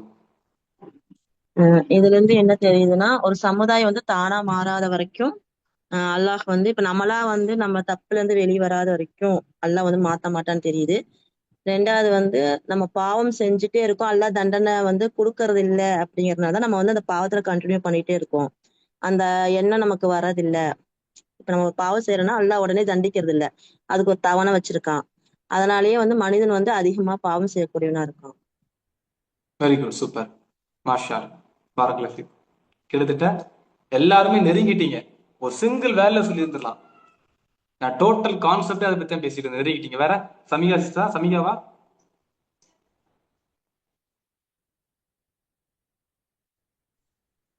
ஒரே ஒருத்தங்க மட்டும் உள்ளங்கள் அமைதி வருகின்றன உஸ்தார். அந்த அல்லாஹ்வை நினைவு கூர்ந்தா நமக்கு மன அமைதி கிடைக்கும். நிஷா சிஸ்டர் உஸ்தாத். நூறு லியானா கரெக்டான ஆன்சர் பண்ணிட்டாங்க. மாஷா அல்லாஹ், வெரி குட், சூப்பர். வேற கரெக்டான ஆன்சர் பண்ணிருக்காங்க. Very good, super. பொறுமை இல்லாம போனது, வெரி குட். ஆன்சர்ஸ் என்ன தெரியுமா? நீங்க சொன்ன எல்லாமே கரெக்ட். யூனுஸ் அலைஹிஸ்ஸலாமோ யூனுஸ் அலைஹிஸ்ஸலாம் சமுதாயமோ நம்பிக்கையோட இருந்துச்சு. நம்பிக்கையோட யூனுஸ் அலைஹிஸ்ஸலாம் வந்து தஸ்பீக் செஞ்சாங்க. நம்பிக்கையோட யூனுஸ் அலைஹிஸ்ஸலாம் சமுதாயம் இவர்தான் உண்மையான நபின்னு நம்புனாங்க. நம்பி தௌபா செஞ்சாங்க, அல்லாஹ் தஆலா வந்து மீட்டு கொண்டு வந்தான். அந்த வசனத்தை நல்லா வாசிச்சு பாருங்க. எனவே ஒரு ஊர் நம்பிக்கை கொண்டு அதோட நம்பிக்கை அதற்கு பயனளிக்கிறதா இருந்திருக்க கூடாதா? அல்லாஹ் தஆலா சொல்றான் இவங்களை காமிச்சு, இந்த சமுதாயம் மாதிரி மற்ற சமுதாயம் நம்பியிருக்க கூடாதா அப்படின்னு சொல்ல வரான். இதுக்கு முன்னாடி நம்பாம அழிச்சாட்டியம் பண்ணி அல்லாஹ் தஆலா எல்லா சமுதாயத்தையும் அழிச்சான்ல, அப்படி சொல்றான் இந்த சமுதாயம் மாதிரி அந்த சமுதாயம் நம்பியிருக்க கூடாதா? அவங்க நம்பிக்கையை வச்சு, அல்லாஹ் மீது நம்பிக்கையை வச்சு தௌபா செஞ்சதுனால யூனிஸ் சமுதாயத்தை அவர்கள் நம்பிக்கை கொண்ட போது நம்பிக்கை வைக்கிறாங்க அல்லாஹ் மீது, இவ்வுலக வாழ்க்கையை இழிவுபடுத்தும் வேதனையை விட்டு அவர்களை விட்டு நாம் அகற்றினோம், சிறிது காலம் சுகம் அளித்து செய்தோம், சுகம் அனுபவிக்க செய்தோம். அல்லாஹ் தஆலா சொல்றான். அதான் அல்லாஹ் தஆலா நம்புங்க, அல்லாஹ் நம்புங்க. அதனாலதான் ஒவ்வொரு நபிமார்களுடைய வரலாற்றுலையுமே நம்ம பார்க்கக்கூடியது பின்னாடி ஆழமான அசைக்க முடியாத ஒரு நம்பிக்கை இருக்கும். கரெக்டா? நம்மகிட்ட ஒரு பண்பு நம்மகிட்ட ஒண்ணு உண்டு, என்ன தெரியுமா? இங்க இங்க எத்தனை பேர் வந்து அல்லாட்ட ஃபிளைட்டை கேட்டிருக்கீங்க? எல்லாம் எனக்கு ஒரு ஃபிளைட்டு தான் சொல்லி. எல்லாம் எனக்கு ஒரு கிட்டத்தட்ட ஒரு அம்பானி மாதிரி ஒரு 300 கோடி ரூபாய் வீடு தான். ஏன் தெரியுமா? அல்லாவே நினைச்சாலும் நம்ம தரமாட்டான்னு ஒரு ஆழமான நம்பிக்கை நம்ம கொடுக்குள்ள இருக்கு. நம்ம வருமானத்துக்கு ஏத்தாறு போலதான் நான் வந்து கேட்பேன். ஒரு லட்ச ரூபா நான் சம்பளம் வாங்குறேன்னா 1 லட்சத்துக்கு ஏத்தா போல துவா இருக்கும். ஒரு 2 லட்சம் சம்பளம், ஒரு 10,000 ரூபாய் சம்பளம் வாங்கினா 10,000க்கு ஏற்றாறு போல என்னோட துவா இருக்கும். அப்படியே அதாவது அல்லாஹ் நினைச்சா கூட பாச மாத்த முடியாதுன்னு நிலைமை நம்மகிட்ட இருக்குது. ஆனா நபி நம்மளோட என்ன தெரியுமா? நம்ம அப்படி ஆசைப்பட்டு கேட்டா நம்ம அல்லாஹ் தாலா வந்து பேராசை பிடிச்சோன்னு நினைச்சுப்பானோ அப்படின்னு நமக்குள்ளுக்குள்ள ஒரு எண்ணம் இருக்கு. அப்படி பேராசை பிடிச்சதா நினைச்சதா இருந்தா இப்ராஹிம் அலைஹிஸ்ஸலாம், யூனுஸ் அலைஹிஸ்ஸலாம், யாக்கூப் அலைஹிஸ்ஸலாம், யஹ்யா அலைஹிஸ்ஸலாம், ஈசா அலைஹிஸ்ஸலாம் எல்லாரையும் சுலைமான் அலைஹிஸ்ஸலாம் உலகத்தை கேட்டாங்க. இதுக்கு பின்னாடி யாருக்கு மீது கொடுக்காத ஆட்சி எனக்கு தான் கேட்டாங்க. அல்லாஹ் சொல்லி இருந்திருக்கலாம்ல, சுலைமானே நீங்க நபி, நீங்க ஒரு உம்மத்துக்கு ஒரு ஒரு முன்னுதாரணமா போயிருக்கீங்க. நீங்க போய் இந்த உலகத்தை கேட்டா மக்கள் வழிகிட்ட மாட்டாங்களா? வேண்டாம், இருங்க, இதை விட சொர்க்கம் உங்களுக்கு மேலானது, அங்க வாங்க அப்படின்னு சுலைமான் பார்த்து எல்லாம் சொல்லி இருந்திருக்கலாம். சுலைமான் அலைஹிஸ்ஸலாம் பார்த்து. சரி, அதை விடுங்க. இப்ராஹிம் அலைஹிஸ்ஸலாமையும் யாக்கூப் அலைஹிஸ்ஸலாமையும் எடுத்துக்கோங்க. சாரி, ஜக்கரியா அலைஹிஸ்ஸலாமையும் குழந்தை காண்டி கேட்டாங்க. அல்லாஹ், மரண தருவாயத்துக்கு வந்துட்டீங்க, இதுக்கப்புறம் உங்களுக்கு எதுக்கு குழந்தை? உங்களோட சொத்தை நான் தானே பாதுகாக்க போறேன், நீங்களா இந்த உலகத்தை பாதுகாக்க போறீங்க, நான் பாத்துக்கிற மாட்டேனா? வாங்க சொர்க்கத்துக்கு வாங்க, உங்களுக்கு என்ன வேணுமோ என்ஜாய் பண்ணுங்க. அல்லாஹ் சொல்லியிருக்க முடியுமா? முடியாதா? சரி, இப்ராஹிம் அலைஹிஸ்ஸலாம நெருப்பு குண்டத்துல போட்டாங்க அந்த நாடு சேர்ந்து. அப்போ இப்ராஹிம் அலைஹிஸ்ஸலாம் அல்லாஹ் தஆலா சொல்லியிருந்திருக்கலாம், இப்ராஹிமே நீங்க வந்து இந்த நெருப்பிலே இறக்குற மாதிரி நான் பண்ணிடுறேன், அப்ப அது மூலமா இந்த ஒரு முழு சமுதாயமே மாறிடும், அப்படி நான் மாத்திடுறேன், அப்ப உங்க மூலமா ஒரு முழு சமுதாயமே மாறின மாதிரி ஒரு கூலியம் கிடைக்கும் அப்படின்னு அல்லாஹ் தஆலா சொல்லி இருந்திருக்கலாம் தான். சரி, அதை விடுங்க. யூனுஸ் அலைஹிஸ்ஸலாம் பார்த்தோம், மீன் வயித்துல மாட்டினாங்க. மீன் வயித்துல மாட்டினதும் சரி, நீங்க செஞ்ச தவறுக்கு இது பரிகாரமா அல்லாஹ் உங்களுக்கு தௌபாவா நான் ஏத்துக்கிறத, அதனால நீங்க உங்களை நான் இறக்க வச்சிருந்தேன், சொர்க்கத்துக்கு வாங்க, நான் தௌபா ஏத்துக்கிறத, சொர்க்கத்துக்கு வாங்க, நீங்க வந்து நாங்க இருந்து நல்லா இருந்துடலாம்ல, அங்க வந்து இருந்துக்கலாம்ல. சரி, அடுத்து வாங்க. அடுத்து நம்ம யூசுப் அலைஹிஸ்ஸலாம் சொல்லுவோம். யூசுப் அலைஹிஸ்ஸலாம் வந்து கேட்போம். யூசுப் அலைஹிஸ்ஸலாம் வந்து யாக்கூப் அலைஹிஸ்ஸலாம் பிரிச்சுட்டாங்க. பிரிச்சதுமே வந்துட்டு பிரிஞ்சிட்டுமே வந்துட்டு யூசுப் அலைஹிஸ்ஸலாமையும் யாக்கூப் அலைஹிஸ்ஸலாமையும் அல்லாஹ் தஆலா சொல்லி இருந்திருக்கலாம்ல. இப்போதைக்கு இது எத்தனையோ நபர்கள் பின்னாடி குழந்தை இல்லாமையோ இல்ல மக்களை பிரிஞ்சு வாழ போறாங்க, அதுக்கு உங்களுக்கு முன்னுதாரணமா வந்து நீங்க இருங்க அப்படின்னு சொல்லி அல்லாஹ் தஆலா சொல்லி இருந்திருக்கலாம்ல. அப்ப இது எல்லாமே எதுக்கு? அவங்க கேட்டது வந்து அல்லாஹ் கேட்டா அத்தனை துவாகளுக்கும் உலகத்துக்கே பதில் கொடுத்தான். ரம்லா சிஸ்டர், அல்லாஹ்வின் நல்ல நம்பிக்கை இல்லாமல் இருப்பது இல்ல, அதிகமா விரும்பக்கூடியதுன்னு அல்ல. உங்களை மாதிரி எத்தனை பேர் இருக்க முடியும்?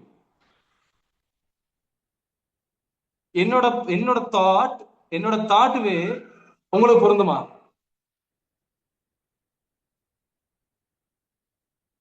புரியுதா?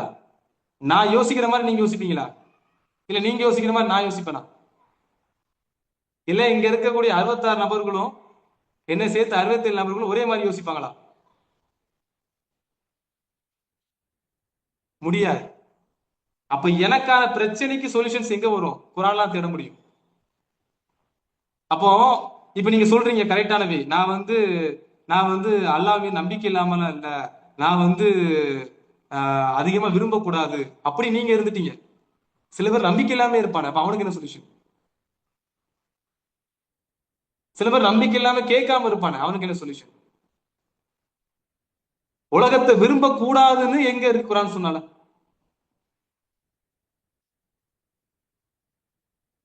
அதோட பொருள் என்ன? உலகம் உங்களை திசை திருப்பிடக் கூடாதுன்னு நல்லா சொல்றான்.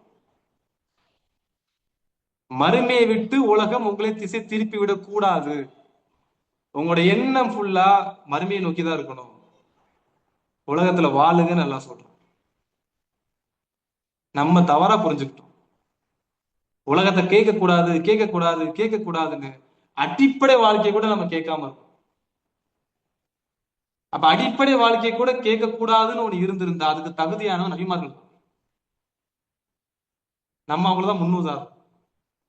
அவங்கதான் முன்னுதாரணம். ஆனா கேட்ட எல்லா நபிமார்களும் இதை கேட்டாங்க.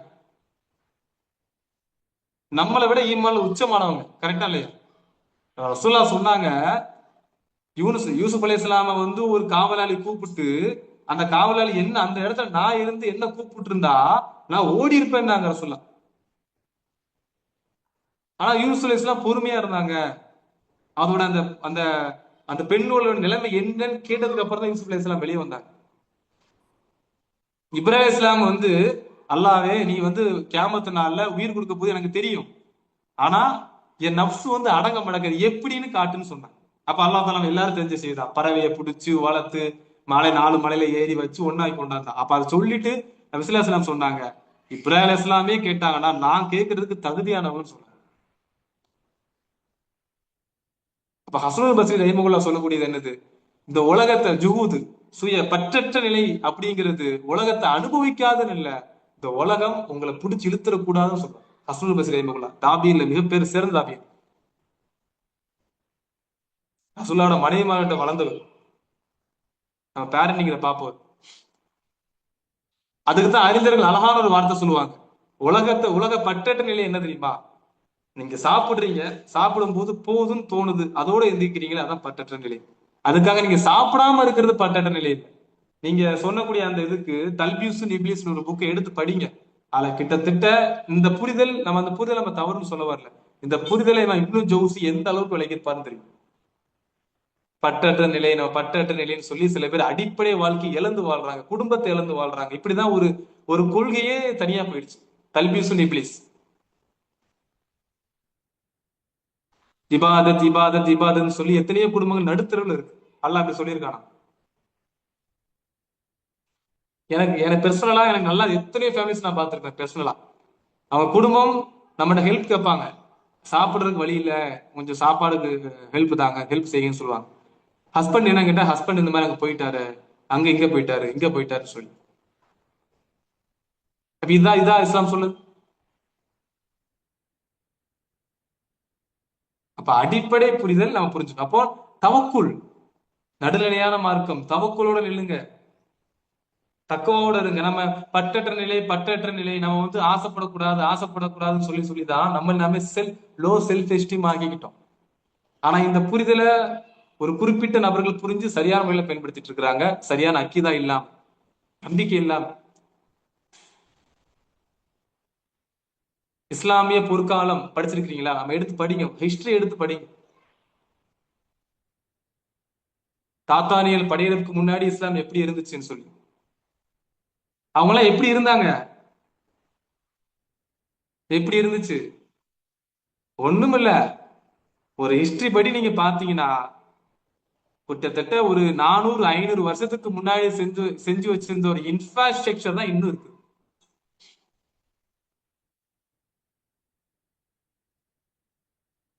உலகை வெறுத்தார்களா, உலக ஏழ்மையை தேர்ந்தெடுத்தாங்களா? நல்லா புரிஞ்சுக்கோங்க சுயல சிஸ்டர். ஹதீஸ படிக்கும் போது அறிஞர்கிட்ட கேட்டுக்கோங்க, கேட்டு தஃசீரை படிங்க.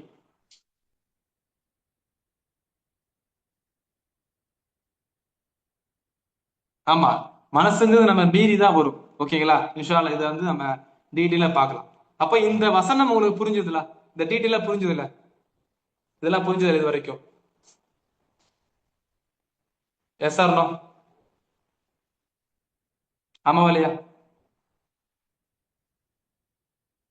ஓகே, இன்ஷால்லா இந்த இது வந்து கொஸ்டின் ஆன்சர்ஸ் மாதிரி இன்ஷால்லா பின்னாடி பார்த்துக்கலாம். ஓகேங்களா? சரி, அப்ப இந்த வசனங்கள் முழுக்க நான் வந்து ஒரு தடவை உங்களுக்கு ரிமைண்டர் பண்ணிடுறேன், நோட் பண்ணிக்கோங்க என்ன வசனங்கள்லாம் சொன்னேங்கிறத. முத 3:119, 18ல் 6, 12ல் 84, 21ல் 87, 88, 37ல் 139 தொடக்கம் 142, 37ல் 144, 10ல் 98, 37ல் 140, 148 சொல்லிட்டேன், 145ல 148 இந்த வசனங்கள் எல்லாமே அதுக்குள்ள இருக்குது. ஒரு தடவை நீங்க அதை செக் பண்ணி படிங்க. ஓகேவா? சரி, இப்போ கடைசியா நான் எப்படிதான் என்னுடைய எமோஷனலா பேலன்ஸ் பண்ணிக்கணும் அப்படின்னு நீங்க பாத்தீங்கன்னா, நான் 2 டெக்னிக் உங்களுக்கு சொல்லித்தரேன் இன்னைக்கு. ஹேக் நம்பர் 2, ஹேக் நம்பர் 3 இதுலயே நீங்க அப்ளை பண்ணிக்கோங்க. First self acceptance. Self acceptance அப்படின்னா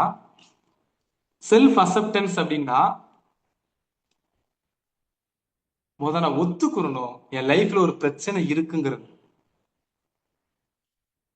என்கிட்ட ஒரு எதிர்மறையான ஒரு பண்புகள் இருக்குன்னு ஒத்துக்கணும். கோபம் வருதா? எனக்கு ஒத்துக்காம என்கிட்ட கோபம் இருக்குது. பயம் எனக்கு அதிகமா இருக்குதாம என்கிட்ட பயம் ஒன்று இருக்குது.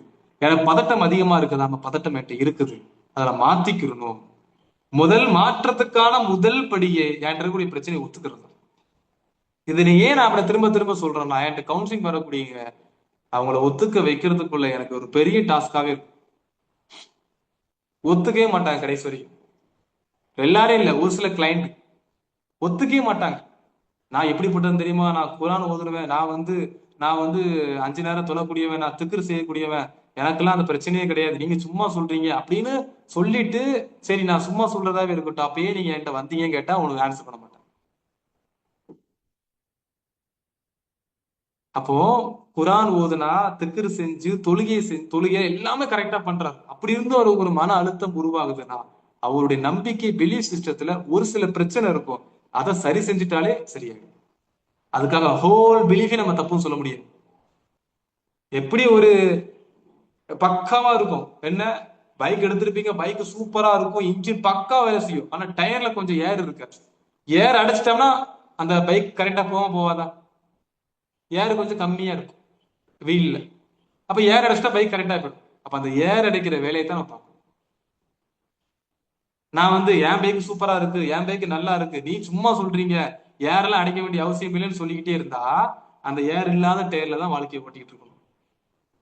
அப்ப ஆமா, ஓகே, என் டயர்ல ஏர் இல்லை, அதுக்கு என்ன பண்ணுவோம்? ஏர் ஸ்டேஷன் போகணும், ஏர் அடைச்சிட்டேன், ஓகே முடிஞ்சு, இப்போ என் பைக் ஸ்மூத்தா முடிஞ்சு. இதுதான் அப்ப செல்ஃப் அக்செப்டன்ஸ். அடுத்து செட் பவுண்டரிஸை செட் பண்ணு. ஏன் எல்லாருமே நம்ம லைஃப்ல ஏன் தெரியுமா? நீங்க நல்லா யோசிச்சு பாருங்க, நம்ம லைஃப்ல வரக்கூடிய பிரச்சனைகள் எல்லாருமே மத்தவங்களோட வார்த்தைக்கு நம்ம முக்கியத்துவம் கொடுக்கறதுனால. கரெக்டா இல்லையா? நான் இப்ப ஒரு வார்த்தை சொல்றேன் அப்படின்னா, நீங்க அதுக்கு ரெஸ்பான்ஸ் பண்றீங்கன்னா என்னோட வார்த்தைக்கு நீங்க முக்கியத்துவம் கொடுக்குறீங்க. அஸ்பிரா, நீங்க எல்லாம் ஒண்ணுக்கு லாய்க்கு இல்லாதவங்க, சரிங்களா? ஒண்ணு உங்களுக்கு லாய்க்கு இல்லாது. ஆயிஷா சிஸ்டர், நீங்களாம் தேவையே இல்லை, இப்படி நான் சொல்றேன் அப்படின்னா அவங்களுக்கு எப்ப பாதிப்பு ஏற்படுத்தும் தெரியுமா? அதை நம்பினாதான்.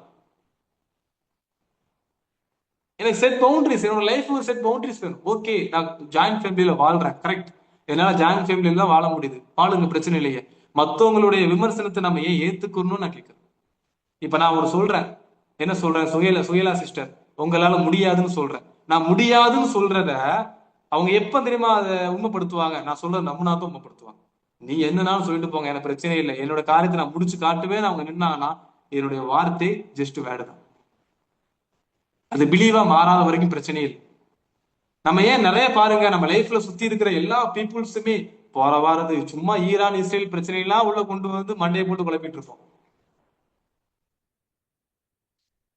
ஈரான் இஸ்ரேல் அமெரிக்கா பிரச்சனை பண்ணிட்டு இருக்கோம், இங்க எவனாலும் கிளப்பி விட்டுருவான். லாக்டவுன், இனிமே உங்க வாழ்க்கை முடங்கி விட்டது, இனிமே உங்க வாழ்க்கையில ஒண்ணுமே பண்ண முடியாது, இனி எதுவுமே செய்ய முடியாதுன்னு போட்டு விட்டுருவான். இவன் உட்காந்து ஃபீல் பண்ணிட்டு இருப்பான். அப்புறம் ஒரு 2 நாளுக்கு அப்புறம் கவர்மெண்ட் சொல்லும் அது ஃபேக் நியூஸ், யாரும் நம்பாதீங்கன்னு சொல்லும். இவன் அப்பதான் எனக்கு திருப்தி, அப்பா ஆடி அப்போ பொதுவா மத்தவங்களுடைய வார்த்தைக்கு முக்கியத்துவம் கொடுக்க கூடாது. மத்தவங்க வார்த்தை எப்படி எடுத்துக்கணும்? இப்ப நான் சொல்றேன், ஓகே, நான் ஒண்ணு சொல்றேன். இங்க அகமது ஹமீதா இருக்கிறாங்க, உங்கள்ட்ட சொல்றேன், சிஸ்டர் நீங்க செய்யறது கொஞ்சம் தப்பா இருக்குது, நீங்க சரி பண்ணிக்கணும்னு சொல்றேன். அவங்க பாக்குறாங்க, நான் சொல்றது நிஜமாவே சரி பண்ணக்கூடிய நிலைமையா இருக்குதா? ஓகே ஹை, நான் சரி பண்ணிக்கிறேன். இல்லைன்னா இல்ல, அவ்வளவுதான் முடிஞ்சு. இங்க என்னன்னா, நல்லா பாருங்க, ஒரு முன்னாடி இருக்கிற இப்ப இருக்க பேரண்ட்ஸ் ஓரளவுக்கு ஓகே.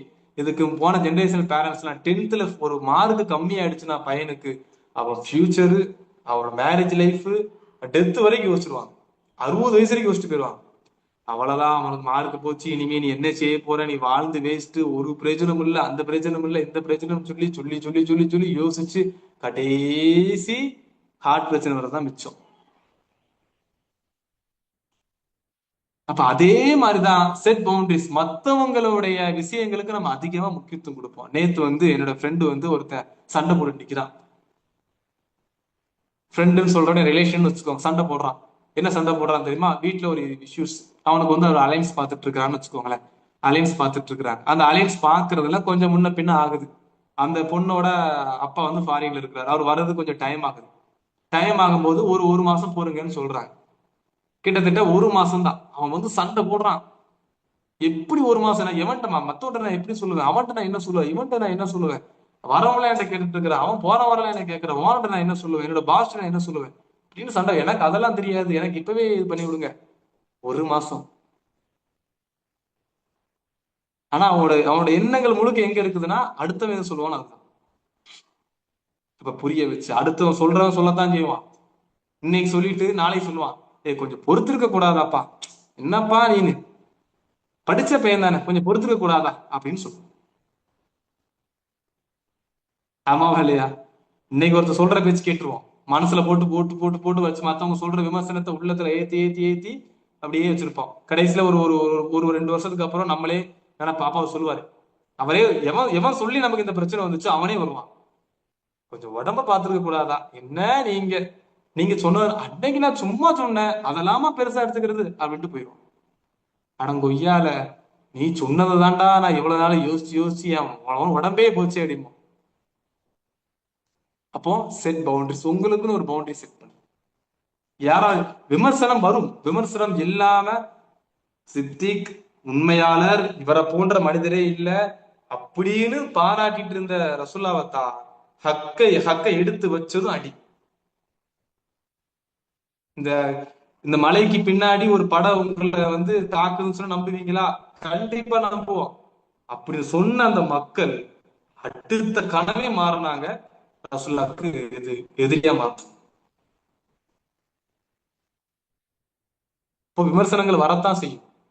அந்த விமர்சனங்களை ஏத்துக்கிட்டு அதை எப்படி பேலன்ஸ் பண்ணிட்டு போறதான் வாழ்க்கை. அந்த வாழ்க்கை ரொம்ப எளிதானதுன்னு சொல்லுவாங்க, நம்ம தான் ரொம்ப கஷ்டமா மாத்தி. மனிதர்களா ரசூலா சொன்னாங்கல்ல, 100 ஒட்டகத்துல எப்படி ஒரு ஒட்டகம் கூட பிரயாணத்துக்கு சூட்டபிள் ஆகாதோ, அதே மாதிரிதான் மனுஷனும். இங்க ஒத்த சிந்தனை உடையவன் எவனும் கிடையாது. இந்த விரல் ரேகை கூட ஒண்ணு கிடையாது, நல்லா புரிஞ்சுக்கோங்க. இந்த விரல் ரேகையை கூட சரியானது, விரல் ரேகையை கூட ஒருத்தன் செய்து கிடையாது. என்னோட ஃபிங்கர் பிரிண்ட் என்னோட ட்வின்ஸுக்கு செட் ஆகாது, வராது. அவன் வேற ஃபிங்கர் பிரிண்ட் தான் அவன்கிட்ட உண்டு. மனிதர் சேர்ந்தாலே விமர்சனம் தான், அந்த அடிப்படை புரிஞ்சுக்கோங்க. அப்ப அட்ஜஸ்ட் பண்ணி தான் வாழ முடியும். இதை எப்ப புரிஞ்சுப்பான் தெரியுமா? 10 வருடம் 15 வருஷத்துக்கு அப்புறம் அட்டி உத மிதி எல்லாம் வாங்கி முடிச்சதுக்கு அப்புறம் இவன் எப்படித்தான் இவங்க எப்படித்தான்னு புரிஞ்சதுக்கு அப்புறம் தான் குடும்ப வாழ்க்கை ஸ்மூத்தா போகுமா. கணவன் மனைவி உறவு, ஹஸ்பண்ட் ஒய்ஃப் வரும், அப்பதான் அவங்களுக்கு புரியும். அது வரைக்கும் அவங்க உடனே மாத்திக்கிட்டாங்களா? மாத்தலாம் மாட்டாங்க. இவங்க இப்படிதான் புரிஞ்சுக்கிட்டாங்க, அவங்க இப்படிதான் புரிஞ்சுக்கிட்டாங்க, அவ்வளவுதான். அப்ப அடிப்படை புரிதல், ஃபர்கிவ் யுவர் செல்ஃப்.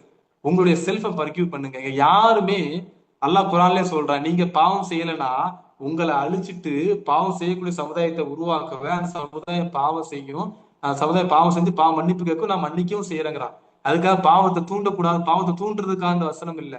இந்த வசனம் அல்லாஹ் தஆலா எதுக்கு சொல்றானா, மனிதனா இருந்தா பிழை செய்யக்கூடியவன் தான், அதை புரிஞ்சுக்கோங்க.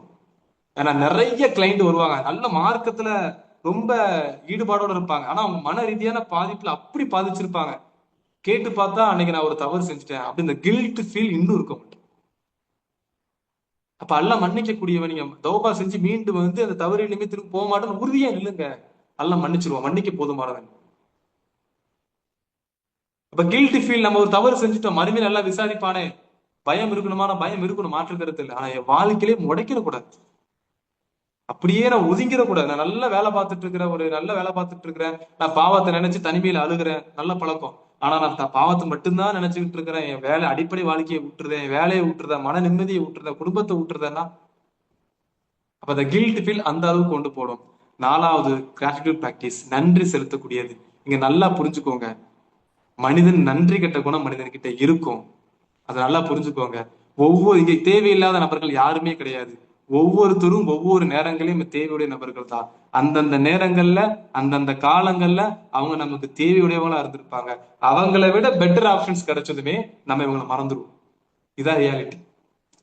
இப்ப எனக்கு ஒருத்தர் உதவி செஞ்சுட்டு இருக்கிறாருன்னா அவர் அந்த காலத்துல எனக்கு உதவி செஞ்சுட்டு இருப்பாரு.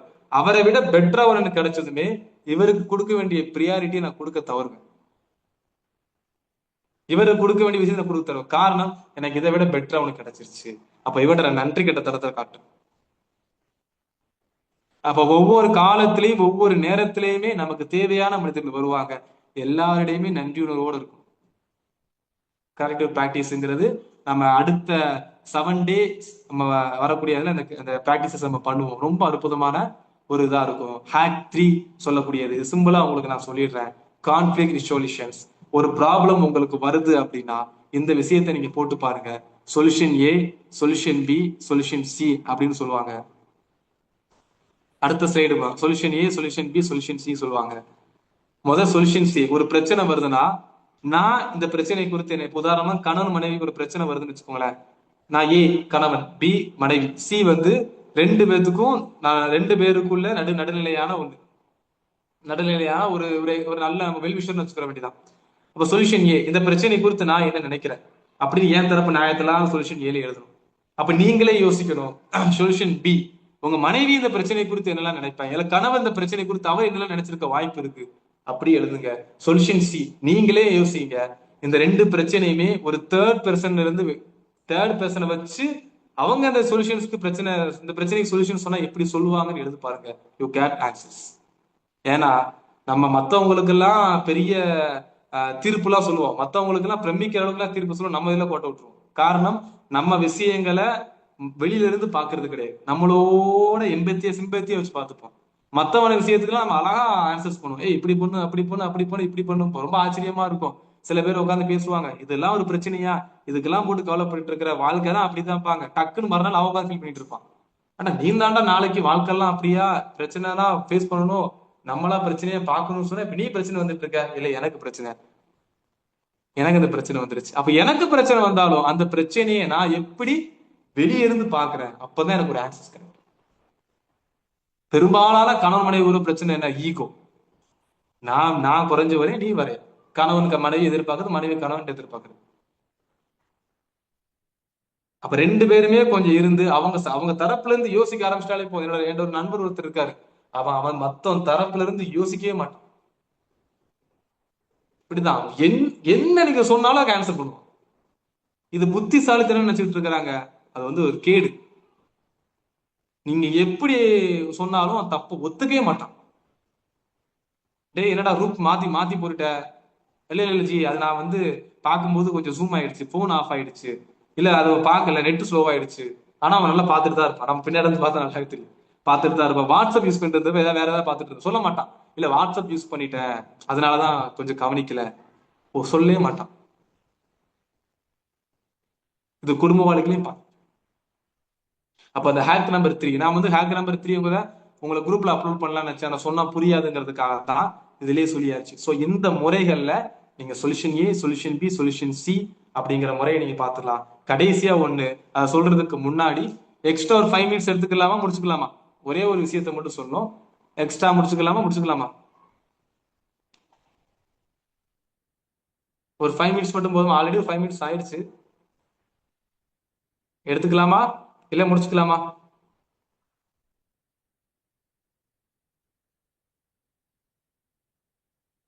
டைம் எடுத்துக்கலாம் சொல்றீங்க. ஓகே, அந்த ஒரே ஒன்று சொல்றதுக்கு முன்னாடி இஸ்லாம் சைக்காலஜியோட ஃபீட்பேக்ஸை, நம்மளோட கிளாஸோட ஃபீட்பேக்ஸை அஸ்பீரா சொல்லுவாங்க. 5 மினிட்ஸ் தான் நூறு இல்லையானா சிஸ்டர், எனக்கே டைம் இல்லை, அடுத்த தஃப்சீர் வேற படிக்கணும். சரி அஸ்பிரா, உங்களுடைய ஃபீட்பேக் கொஞ்சம் ஷார்ட் அண்ட் ஸ்வீட்டா சொல்லிடுங்க. நம்ம ஒரே ஒரு இதை மட்டும் சொல்லிட்டு இன்ஷா அல்லாஹ் அதை படிக்கலாம்.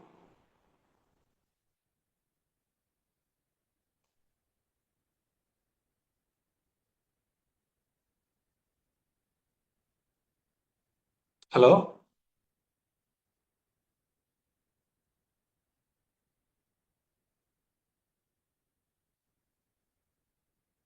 ஆயிஷா சிஸ்டர் இருக்கிறீங்களா, இல்ல கிளாஸ்க்குள்ள போயிடலாமா? இருக்கு உஸ்தாத். அஸ்பிரா ஹேண்ட் ரைஸ் பண்ணல, அன்மியூட் அஸ்பிரா பண்றது. உமேரா இருக்கா? Okay okay, you can share your feedback sister. I unmute.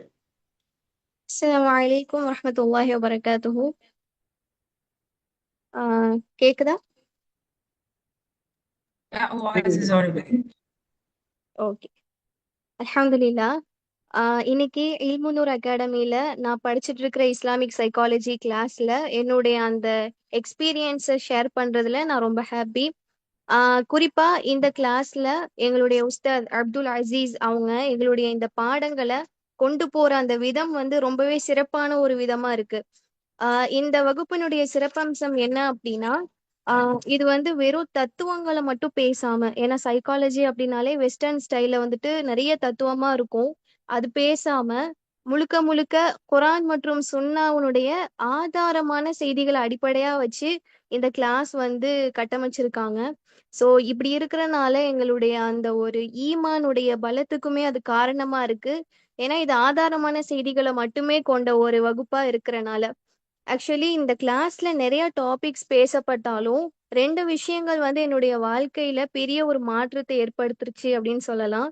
முதலாவது மனிதர்களுடைய இயல்பு, அதாவது ஹியூமன் நேச்சர் என்ன அப்படின்ட்டு எங்களுக்கு டீச் பண்ணாங்க.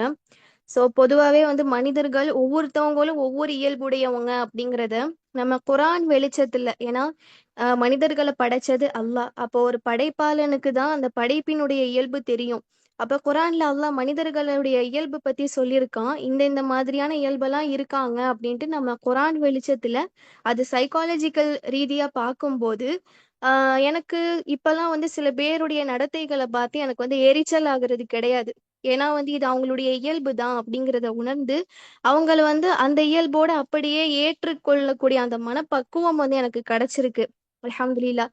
இதன் மூலம் வந்து என்னுடைய ஒரு சில உறவுகள் மேம்பட்டிருக்கு அப்படின்னும் சொல்லலாம்.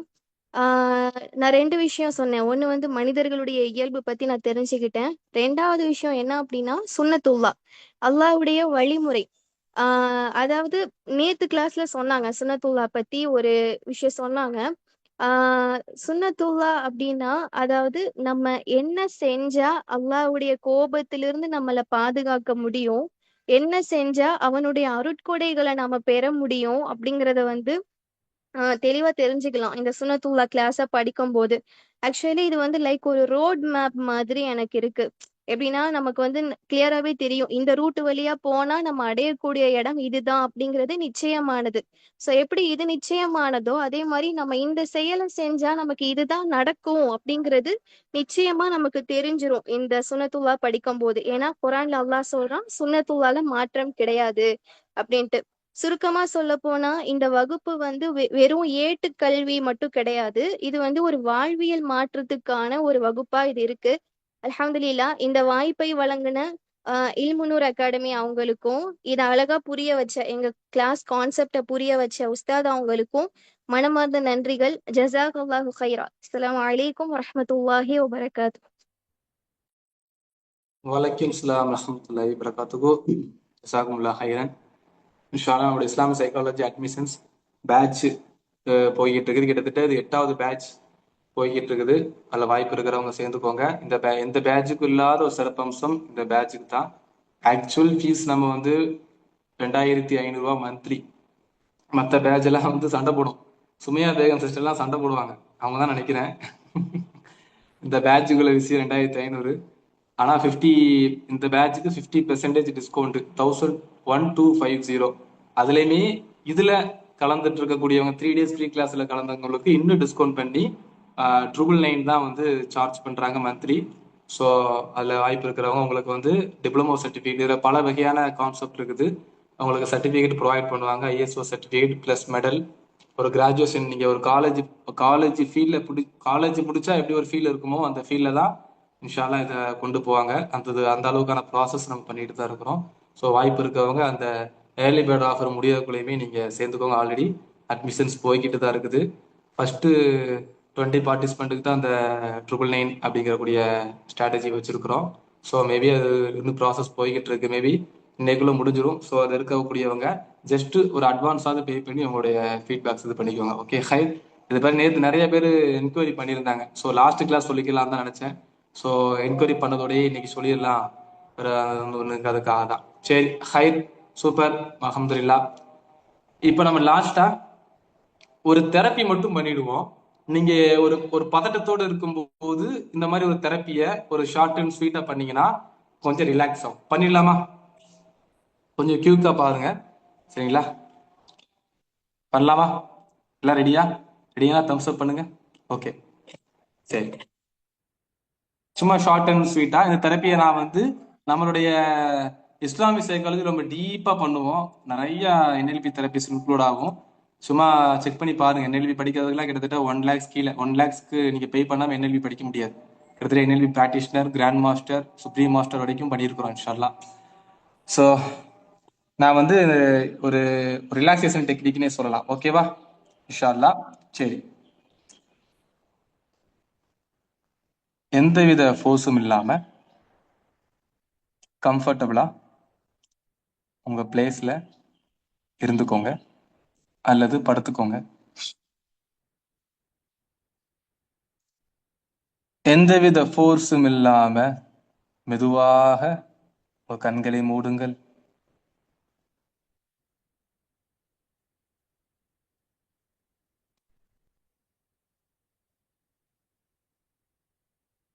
எந்தவித ஃபோர்ஸும் இல்லாம மெதுவாக மூச்சை இழுத்து மெதுவாக மூச்சை விடுங்க. பிரீத் இன், பிரீத் அவுட், பிரீத் இன், பிரீத் அவுட், பிரீத் இன், பிரீத் அவுட்.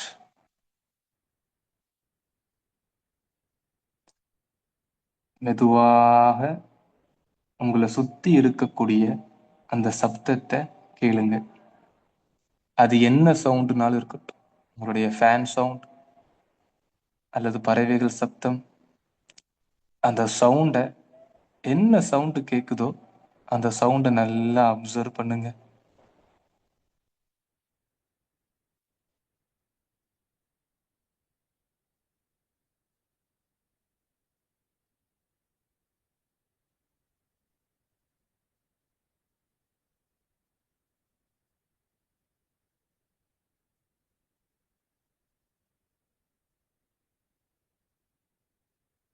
அப்படியே உங்களை சுத்தி இருக்கக்கூடிய அந்த ஸ்மெல்ல அப்படியே ஸ்மெல் பண்ணி பாருங்க. அது உங்களுடைய ஸ்மெல்லா இருக்கட்டும் அல்லது உங்க ரூமுடைய ஸ்மெல்லா இருக்கட்டும்.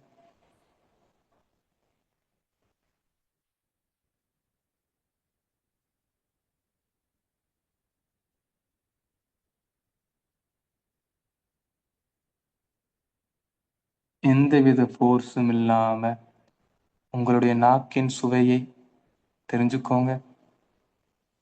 என்ன சுவை உங்க நாக்கில் இருக்குங்கிறத தெரிஞ்சுக்கோங்க.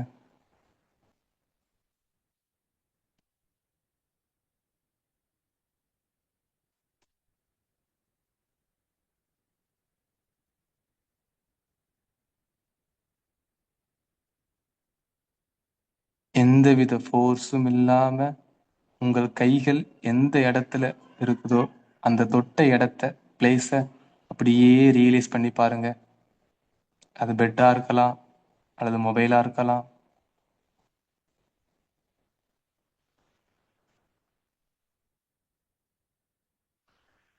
அப்படியே ரியலைஸ் பண்ணி பாருங்க.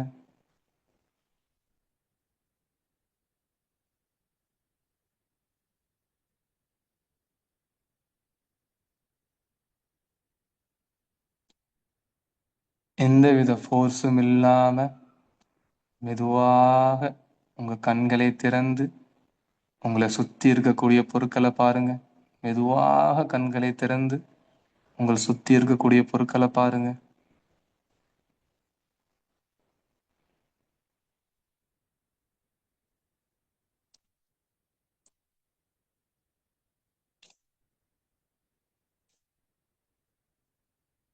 எந்தவித ஃபோர்ஸும் இல்லாம அப்படி முழுமையாக உங்க உடம்பு ஒரு தடவை ரிஃப்ரெஷ் பண்ணிட்டு தம்ஸ் அப் பண்ணுங்க.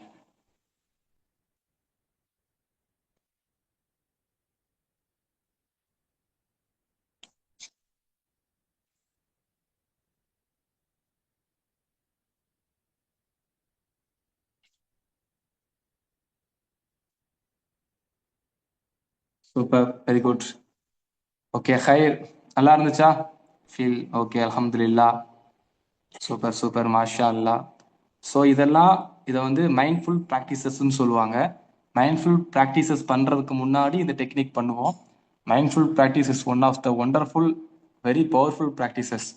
கிட்டத்தட்ட மைண்ட்ஃபுல் ப்ராக்டிசஸ் மட்டும் பண்ணுறதுக்கு கேரளாவில் ஒரு இன்ஸ்டியூட் இருக்குது. கிட்டத்தட்ட 1 lakhs கிட்ட சார்ஜ் பண்ணி பண்ண வைக்கிறாங்க. அதை மட்டும் பண்ணுறதுக்கு அவ்வளோ பெரிய மாற்றத்தை ஏற்படுத்தும் லைஃப்பில் இன்ஷா அல்லா. அதெல்லாம் நம்மளுடைய இஸ்லாமிக் சைக்காலஜி கோர்ஸில் வரும். அப்கமிங் செஷன்ஸில் நிறைய என்எல்பி டெக்னிக்ஸ், உங்களுக்கு NLP techniques, Islamic psychotherapies, இனியாகிராம்ல is the one of the wonderful technique. என்னோட லைஃபை எனக்கு நல்லா புரிய வச்சது இனியாகிராம் கான்செப்ட் தான். அது இன்ஷால்லா உங்களுக்கு வரும். ஏன்னா தெரிஞ்சுக்கணும் அப்படிங்கிறதுக்காக. அப்புறம் உள்ளத்தை பத்தி, நப்ஸை பத்தி A to Z, நப்சு எப்படி ரன் ஆகுது, எப்படி அது அப்புறம் கண்ட்ரோல்ல கொண்டு வருது, அதுக்கு எதிரி யாரு, அதுக்கு வந்து என்ன செஞ்சா என்ன ஆகும், எப்படி பண்ணணும், என்ன பண்ணக்கூடாது, எந்த நேரம் நப்சு எப்படி தெரிஞ்சுக்கலாம், எது தெரிஞ்சுக்க கூடாது, நான் என்ன செய்யணும் என்ன செய்யக்கூடாது, டூ ஃபார் டோன்ட் டூ, இது எல்லாமே A to Z தெரிஞ்சுப்பீங்க. ஷைத்தானை பத்தி A to Z தெரிஞ்சுப்பீங்க. வஸ்வாசா, ஷைத்தானுடைய ஊசலாட்டங்கள் எப்படி செயல்படும், அல்லாஹ் எப்படி எல்லாம் எச்சரிச்சிருக்கிறான், குரான் சொன்னால எப்படி வந்திருக்கு. குரான் சொல்ல கன்சல்டன் வந்து நீங்க அட்மினை கான்டாக்ட் பண்ணுங்க. எந்த குரூப்ல இருக்கிறீங்களோ அந்த குரூப்ல அட்மினை கான்டாக்ட் பண்ணுங்க. அப்புறம் ஷைத்தான் எப்படி வந்து இது பண்ணுவான், ஷைத்தானோட வழிமுறைகள் குரான் சொன்னால எப்படி சொல்லப்பட்டிருக்குது, அறிஞர்கள் எப்படி சொல்லியிருக்கிறாங்க, அதோட ஹிஸ்டரி பேஸ்டு, அதோட லைஃப் டைம் அதாவது ரியல் லைஃப் எக்ஸ்பீரியன்ஸ், அதை நம்ம ஷேர் பண்ணுவோம். இப்போ NLP technique, life coaching technique, one of the best technique. அப்புறம் நிறைய கொஸ்டினரி இருக்குது, பேரண்டிங்ஸ் இருக்குது. முழுக்க முழுக்க குரான் சொன்ன அடிப்படையில் உருவாக்கப்பட்ட பேரண்டிங்கோட லைஃப் ஸ்டைல்ஸ், பேரண்டிங்கோட concepts, worksheets, art and play therapy, அந்த மாதிரி நிறைய இன்க்ளூட் உங்களுக்கு வந்து மெட்டீரியல் உங்களுக்கு கொடுப்பாங்க. ஸோ லாட் ஆஃப் இன்க்ளூட் உங்களுக்கு கொடுக்குறாங்க இன்ஷால்லா நம்மளுடைய அகாடமியில இருந்து. இதை நீங்க வெளியில கண்டிப்பா சொல்ல போனா ஷுவரா சொல்லலாம் இன்ஷா அல்லா.